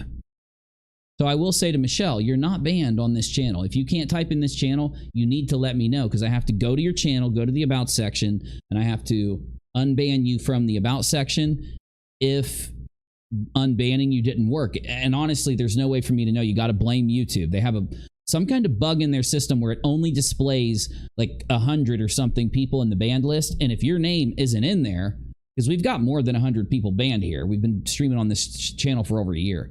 So if you're not in that list and I can't unban you, the only other way that I can unban you is to go to your channel and then go to your About section. So if you've ever been blocked from here for any reason, I will unblock you if you ask. And Michelle did ask to be unblocked. So did Crispy. And I have to have your channel links to unblock you if you're still blocked. I wish it was different. It's just YouTube. So, no. Yep. The Grifties. So we went live yesterday on Twitter. We were going to come live here yesterday night, but we had to talk about some stuff. So we ended up doing a Twitter stream. If you're missing my lives, if you want to see me live and I am uploading, I'm doing, if I'm not streaming because I'm doing other stuff, you still will find me on Twitter at UNIRocktv. You don't have to make a Twitter account. You can go to Twitter at UNIRocktv and listen to our Twitter streams if you want to hear what we're up to when I'm not live here, okay? There's a lot of people that watch them. Appreciate all you. So here's what's up. As you know, we've been following the Grifties because it's an interesting concept. They have a vote that they do where they get people to go and they nominate whoever the biggest grifter is. And it's more of a meme. It's more of a joke. But there are people out there that are grifters. And when they heard about this show, of course, they panic out and think that it's not a meme. It's not kind of a joke and stuff. Even though they try to get grifters on the Grifties. It's just a lot of people will game the Grifties like Nick Rakita and others and get themselves nominated when they're not grifters. So it's just a funny thing people do. But anyway, they are trying to have a good vote. So we actually were paying attention because we noticed that on the Grifties, a certain community had went around telling their audience to vote for Katie Joy. And all of them went live. All of them talked about the Grifties as if it was this real thing. And it's like this thing where you have to vote Katie. She's the biggest grifter ever. And they went and they voted Katie up to #1. But it kind of backfired on them because the Katie haters and the other people that watch the Katie haters also went and voted. And I try to tell you guys this about those hate communities. Molly's community, I will say even Michelle's community, now that she's doing what she's doing, but also the cater community. The caters have this thought in their head that their content is being watched mostly by supporters. And it's just not true. If you're not, like I always say, putting out content, then people, if they're not coming to you to watch your content, what are they watching you for? There's a reason. And people are watching the caters because, number one, I'd say about half of them hate Katie. The other half of them like Katie or have no preference to Katie, or just hate, they got in a fight with Katie and they just don't deal with Katie anymore, but they don't watch her, and they watch the caters because it's interesting to watch. It's like at the zoo, because it's like a foreign thing. It's like a excuse me, it's like a thing that you never see in real life. A person who is overdosed on haterade every day. They wake up and chug the haterade, and they are obsessed with another person, jealous of another person, hating on another person all the time. And people will watch it for the lolcow factor. I think that the caters have half audience that hates Katie, and they don't care who they're watching. They've got half an audience that's represented by people that are just in the community watching what's going on and processing it, which is more of the lolcow watchers. They're watching it for the lols. Then you've got a very, very small percentage for each cater that might be there because they like that cater, right? Now, the Grifties, when these caters told people to vote for Katie, they also spurred all of these other people in their audience to go vote at the Grifties. The problem is, actual grifters started to climb the ranks. So you've got non-grifters, and you got jokes on there, like Sticks, Hexenhammer's Cat, and Rakita. Then you've got some grifters on there. Grifters, non-grifters, and jokes and stuff. The grifters that are on there ended up being Molly, ended up being the king of the fraud raiser, McCrazy. Now, I'm not going to call Charlotte a grifter. I do think Charlotte is skewed to where, for some reason, she's leaning into this hate area against Katie. But then again, not long ago, she was actually reporting regardless of what was there and giving her opinion that just happened to always be against Katie. But at least she was honest enough to bring the true story to you when she talked to you. So I'll say that Charlotte got on there because of her support for Molly. But then you've got a literal fraud-raising lobster. You've got the beaver juggling Molly. And then you've got Charlotte climbing the ranks. And Katie went down to like number 8 because you had the Lobster King. In between Lobster King and Molly and Charlotte and then Katie were a few actual grifters, like some Sovsits and some other people that people don't like in the community. So anyway, 2-3 days ago, a mystery happened with the Grifties. This is what we were talking about yesterday on Twitter. And when we were talking about it on Twitter, describing this, giving our thoughts on this, giving the theories from people in Discord that were telling me what they thought happened, you know, actual coders, actual people that know what they're talking about, have been following this, and they were telling me their opinion on what was going on, right? And we all were arguing a bit. Like, my thing was, so here's what the coders think. Let me tell you what happened, then I'll tell you what the coders think. And so what happened was, a couple days ago at like 9 a.m., somebody took a screenshot of the Grifties and everything was normal. It was just how it'd been, where these people were shifting their positions, like there were people voting for each person slowly and they were moving up and down slowly. Then between 9 and like noon, Katie Joy goes to the very bottom of the Grifties. Bam! Very bottom. Now, I didn't know this, but I guess there was a couple other people that went down with her. And then somebody else took the top spot, and Molly and Charlotte started to click down. So here's the thing. When we were live yesterday, by the way, 2 people from the Grifties team were in our stream on Twitter. It's pretty cool. And you can find that stream on Janie's channel. I shared it on Twitter if you want to watch it, where the Twitter stream I did is on YouTube. You can find the link on Janie's through my Twitter at UNIRocktv, where you can watch it on YouTube. But here's the deal. The people in Discord, like actual people that ran databases and votes and programs like this and stuff, who have experience in IT, truly believe, they really do think that somebody used a bot farm to vote up everybody else so that Katie, Molly, and Charlotte would tick down, because it was the craziest thing. All of these weird people, like unrelated people, started to get big votes and climb up. Lobster Man was affected by it, came down a little bit. Molly and Charlotte start clinking down. And the only other person that was really affected in that weird way was Katie shooting to the bottom. Now, I came in and I argued with the people in Discord, with the coders. I said, I actually have ran databases myself. I actually have coded databases. I've coded billing, written billing codes for businesses I worked for, you know, through C++, Visual Basic, and Fox Pro and stuff like that back in the day. I know what I'm doing. I'm certified. And I thought what had happened is that the back end of the Grifties came in.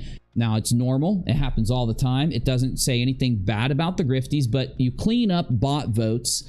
If you can run an algorithm, a script, if you can run a script, and the script can find irregular or just not normal votes that came in that were rhythmic or that had a pattern to them and don't seem like real votes, sometimes people that run databases will clean bot votes through using a script out of their database.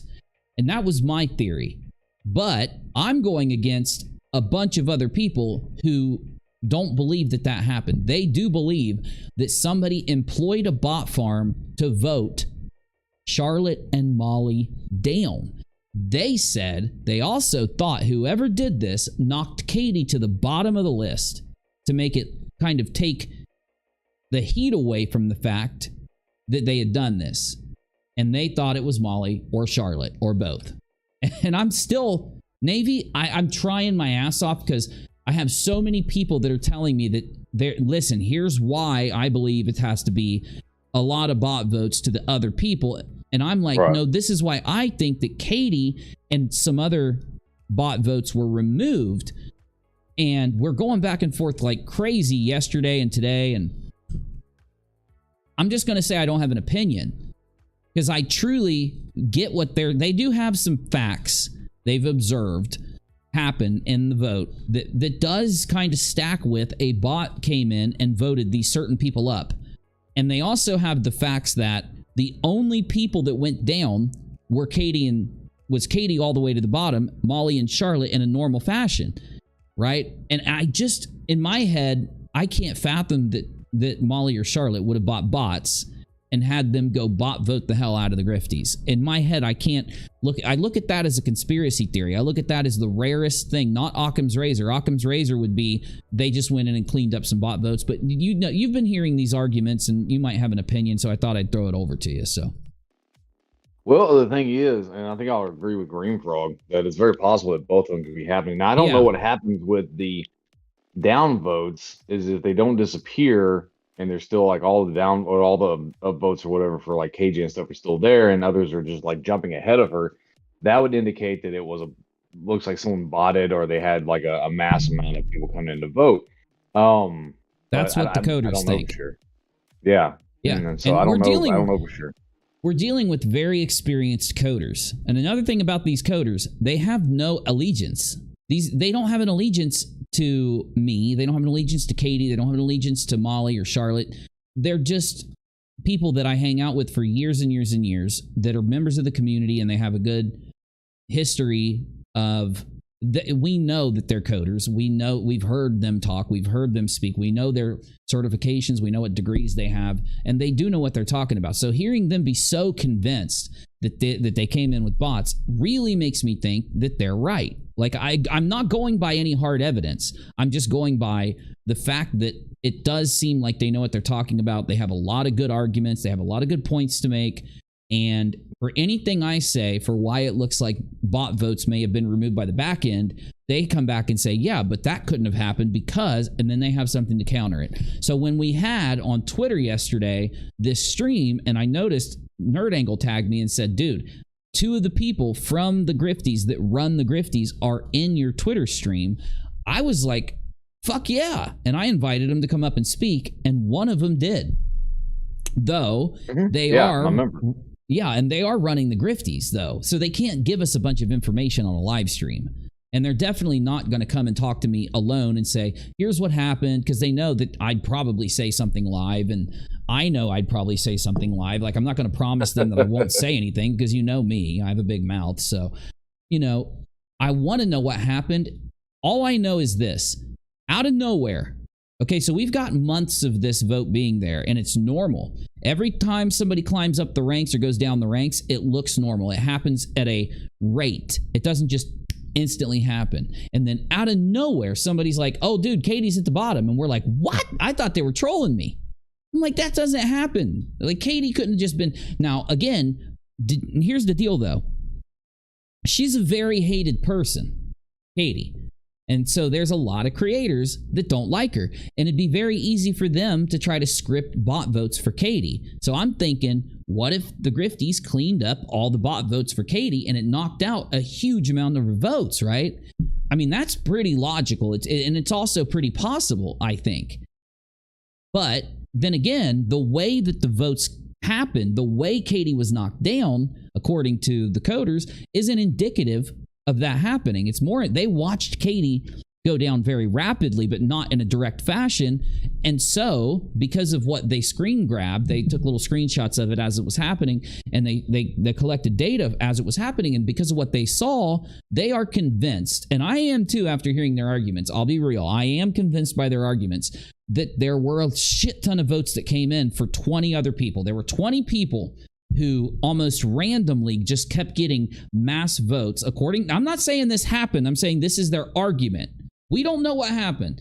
It looks like 20 people started to get mass votes and started to climb up, which knocked down Lobster Man a little bit. He ended up, by the way, he's still number one. People are voting him all the time. It's because of how much of a grifter he is. Literally, the natural vote process for this guy is so powerful that even when he got knocked down due to this happening, he went right back up to number one. And of course, he just ran a bunch of fraud raisers, ripped a bunch of people off, lied to a bunch of people, stole their money, lied to them to keep their money, and then reopened the damn fundraiser after not suing Katie and said, I'm going to recoup legal fees. You didn't even sue her. You don't even have legal fees, you liar. They didn't pay for your random legal fees. They paid for you to sue Katie. It's a grift. So because he grifted so many people, they're actually voting for him. So he went back to one. But I hate to say it, man. It is pretty crazy that I don't know why. So people are out there going to say, why are you saying Molly and Charlotte are the ones that seem to have gained from this? Didn't Katie gain the most because she got knocked all the way to the bottom? The truth is, if Katie had paid for this to happen, if that's what happened, so she could knock herself all the way to the bottom, then whoever she had do this or whatever happened to have this happen, they're dumb, because that literally just indicates her. Like, you don't just go in and manipulate yourself. What you do is if you're trying to make it look funky, you manipulate other people, like it seems it happened with Molly and Charlotte. They go down and down and down and down and down to like 80 or 60. These other people go up and up and up and up and up. And then Katie, for some reason, shoots to the bottom. So like Green Frog said, it could be possible on the back end that Katie did have votes knocked off, sending her down to the bottom. And it could be because they noticed these other bot votes that at the same time, other botters are coming. I don't fucking know. It's just so crazy to think about. It just, all we can say is, for some reason, two people who were not happy that they were on the Grifties got knocked down to a normal amount. Katie shot down to the absolute bottom, like the very bottom, and then it kind of corrected itself out afterwards. The mystery of the Grifties. What happened? We may never know. What do you think, chat? What do you think? You think Katie Another came guy in that and was paid? high up on there dropped to the bottom. Chili DeCastro. He was one of the first auditors. Right? Chili dropped to the bottom too, which is really, dude, it's really strange. So here, what do you think happened? Chat, I want to know. I'm going to give you four options. One is Molly and Charlotte did it. I don't know how they did it, but there it is. The other is Katie did it, because here are the theories, not from me, from other people. Molly and Charlotte did something so they'd get voted down. Katie did it to get voted down.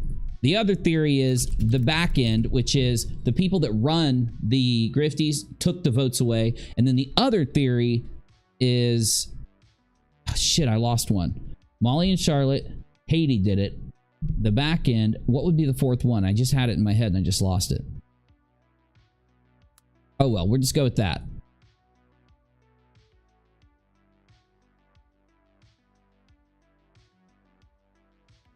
Tell me in the vote. You got Molly and Charlotte did it, Haiti did it, and the back end. Because something happened. It had to have either been the Grifties team or whoever benefited from it. And there's only 3 people that could have possibly benefited. Katie, Molly, Charlotte. But again, Molly and Charlotte went down a little bit, so it looked natural. It didn't look like they shot down. And then Katie shot down. So people think, obviously, the coders think that Katie was a distraction. They think that Katie shot down so that they could say, look, Katie, we're framing Katie. Katie did it. She bought it. And then the bots went crazy and then it made it look like Katie's guilty. And then, the 2 people that actually benefited from this are like, haha, nobody will suspect us because we moved down normally. That's the theory. I don't know what to think. I don't fucking know, man. I don't know. Well, because this is the first time I've ever, like, dealt with a website like the Grifties, so yeah, I'm not sure either. Damn it, I don't have a pocket in these pants. I wanted to put my vape in my pocket. I mean, I've dealt with databases back in the day. In fact, that was one of my first, careers, was me running networks, coding and writing and tracking billing for these databases. I'm not going to tell you where, but that's what I did. Systems administration. So the thing is, I know how it works. Like, I know how I had to deal with thousands and thousands and thousands, even tens of thousands of tickets or database, entries. And I had to make sure that we had a system that pulled the billing, and we had a system that checked to make sure that we got all the billing and we didn't leave anything out. We didn't miss anything. And we had a system to archive it out. Everything had to be done in 2s. Like, if you have a database, you got to have another copy that's exactly like that database in case one goes down or one gets corrupt. And you do that with your networks also. If one network goes down, you got a backup network if it's important. So anyway, it's a lot of work. You get paid good money. They give you all kinds of computers and cell phones and laptops and shit and alphanumeric pagers. We had one of those back in the day. That was fun. They paid for my college. They sent me to get trained, and a bunch of certificates on the systems I worked on. It was excellent. And so I know how to operate databases. I'm not as good with coding bots or anything or scripts. But the point is, I know about this subject, and looking at it, I just want to Occam's razor this, because that's the first thing you do. You go to Occam's razor, which is the back end. And then you say, are there any reasons to not believe that? And the thing is, they've literally got 20 reasons not to believe that it was the back end. And it's very convincing. And I'm just not a conspiracy theorist like people will believe I am. I have to have facts and evidence. I just will consider, like most people in science, when they look at something, a fact is something they can literally touch and show you and prove to you. Right?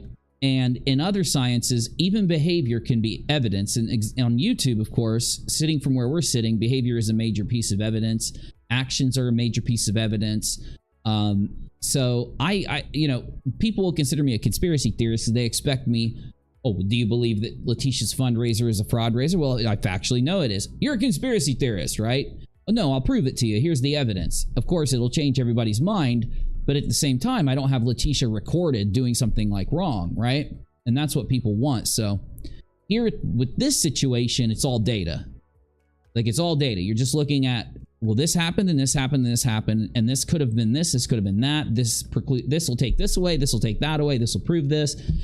It's just a mess. It reminds me of being back in the day, doing the database work where we would just have walls covered in coding. Paper, we print papers out with code, and we put the code on the wall, and we'd go through all the code looking for where we messed up or looking for there's an error, and everybody's like arguing about it the whole time, and it was so stressful. You know what I'm saying? So it's almost a tie. Yeah.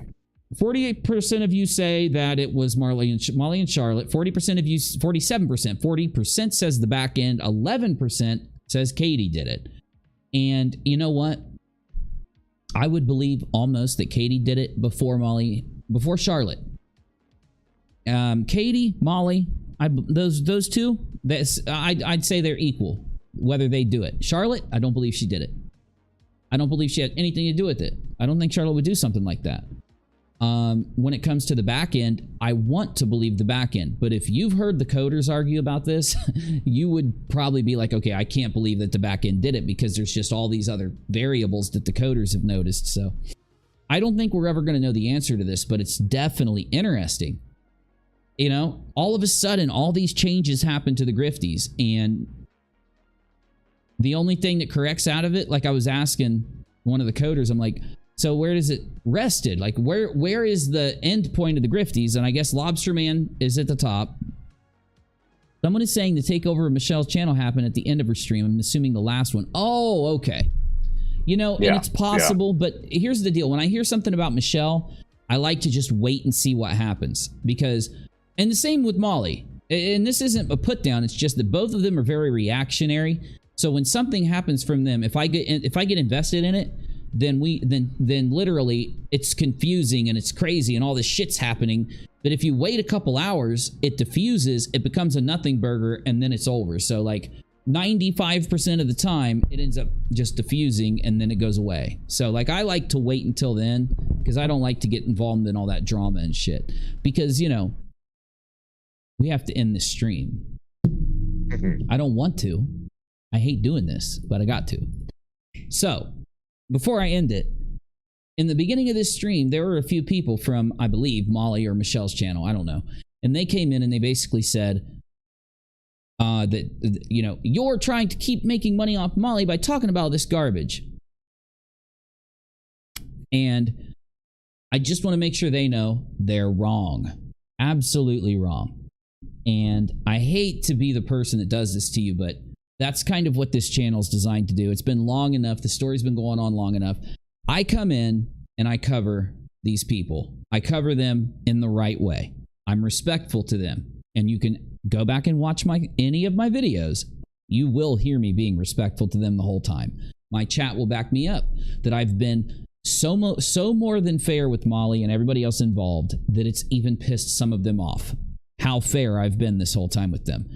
And that's the trap of my YouTube channel. If you're going to come in here and see me covering them in a fair way, trying to figure out what's going on and looking at the facts, give it to my audience and give my opinion, and you consider that some kind of bad content, you are exposing yourself as dishonest because you are hanging out there on those channels, supporting that shit, being there, involved in it, not criticizing her, not calling her out. You don't ever type shit like that into Molly's channel while she's doxing the fuck out of everybody, taking large sums of money, getting involved in these tragedies. And I hate to say it, but a lot of these people that come in here talking that shit are over there in that chat cheering Molly on every time she's doing something fucked up. So again, if you're concerned with the truth, the evidence is on the channel. Go watch it and then come back and give me a clip where I've done what you're claiming I've done. It doesn't exist, but you can well try. Do you remember when Molly was going to have all these clips of Uni doing all this stuff, but it just never came out? It never happened. And then when I heard about it, I challenged all of Molly's people to grab as many clips as they could of me doing all the things Molly's accused me of. But guess what? They couldn't find it.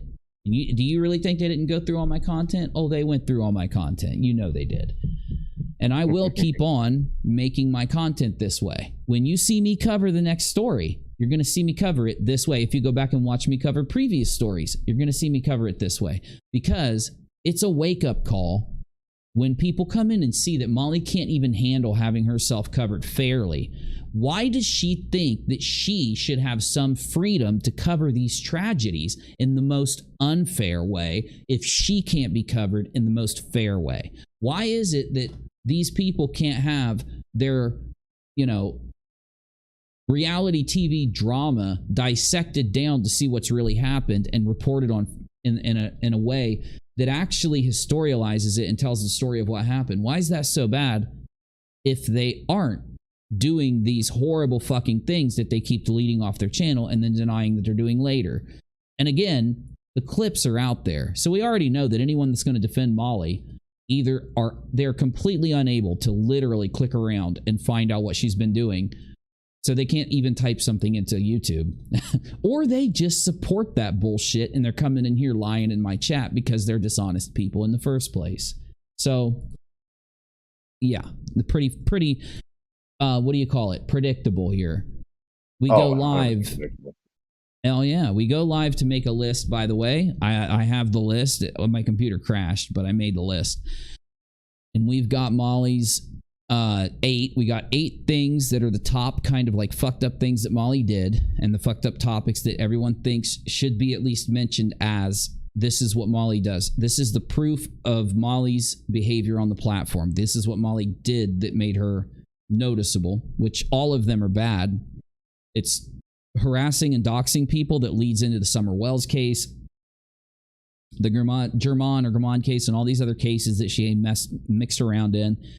And you guys had the idea, though, that there's a lot of things about Molly that also, as a content creator, really annoyed you and thought it was really disrespectful, and you made a list of those, too.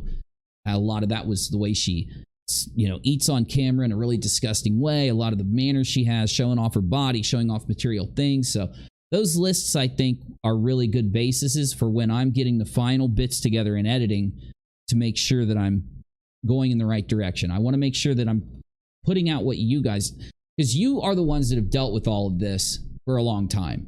A lot of you that have watched us cover this fundraiser were people that have been affected by a previous fundraiser Molly's done, a previous story she's done, a previous doxing she's done. And I just want to make sure that you have had an opportunity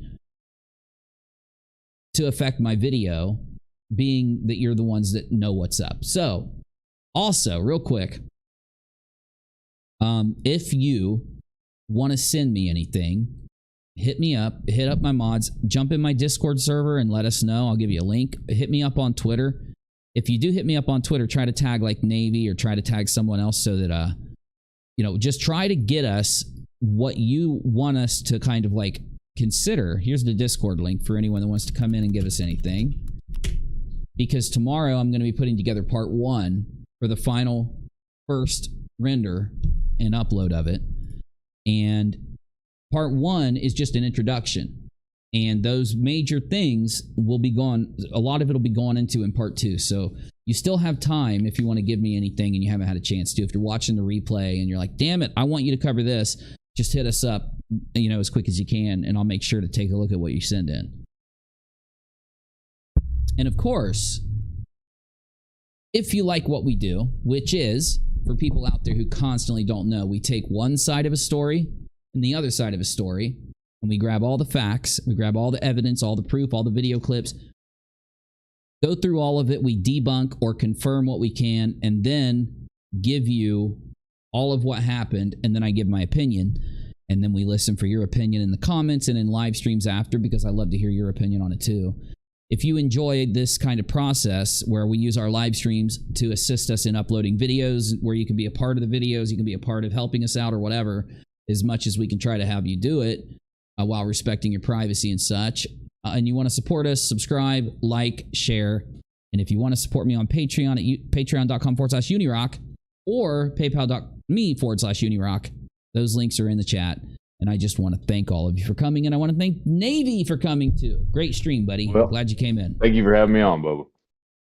Anytime, every time, all the time. All right, man. Let's see if we can do a quick mod meeting. I know it's 3 a.m. if anyone's awake. So, all right, man. See you down there.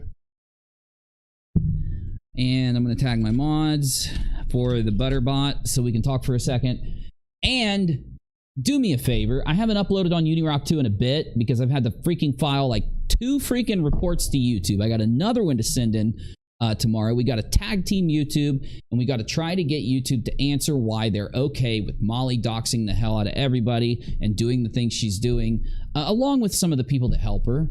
And that takes a lot of time out of what I do. So if you're upset when you see me upload tomorrow, if you want to help out, just try to like it, share it, leave comments, interact with the video, thumbs up, thumbs down, whatever.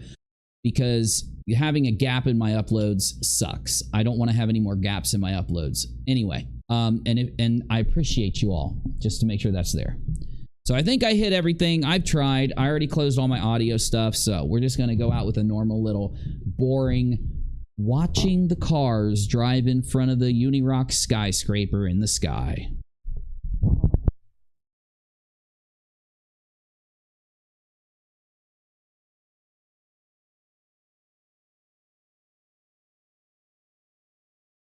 It's so quiet here. I'll sing us out.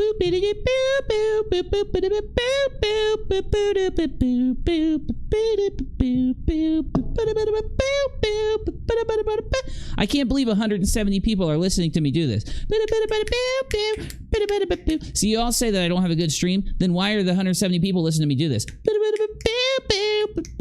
Oh my God, my viewer number is going up. I figured it'd go down while I'm doing this. Why can't I scare you away?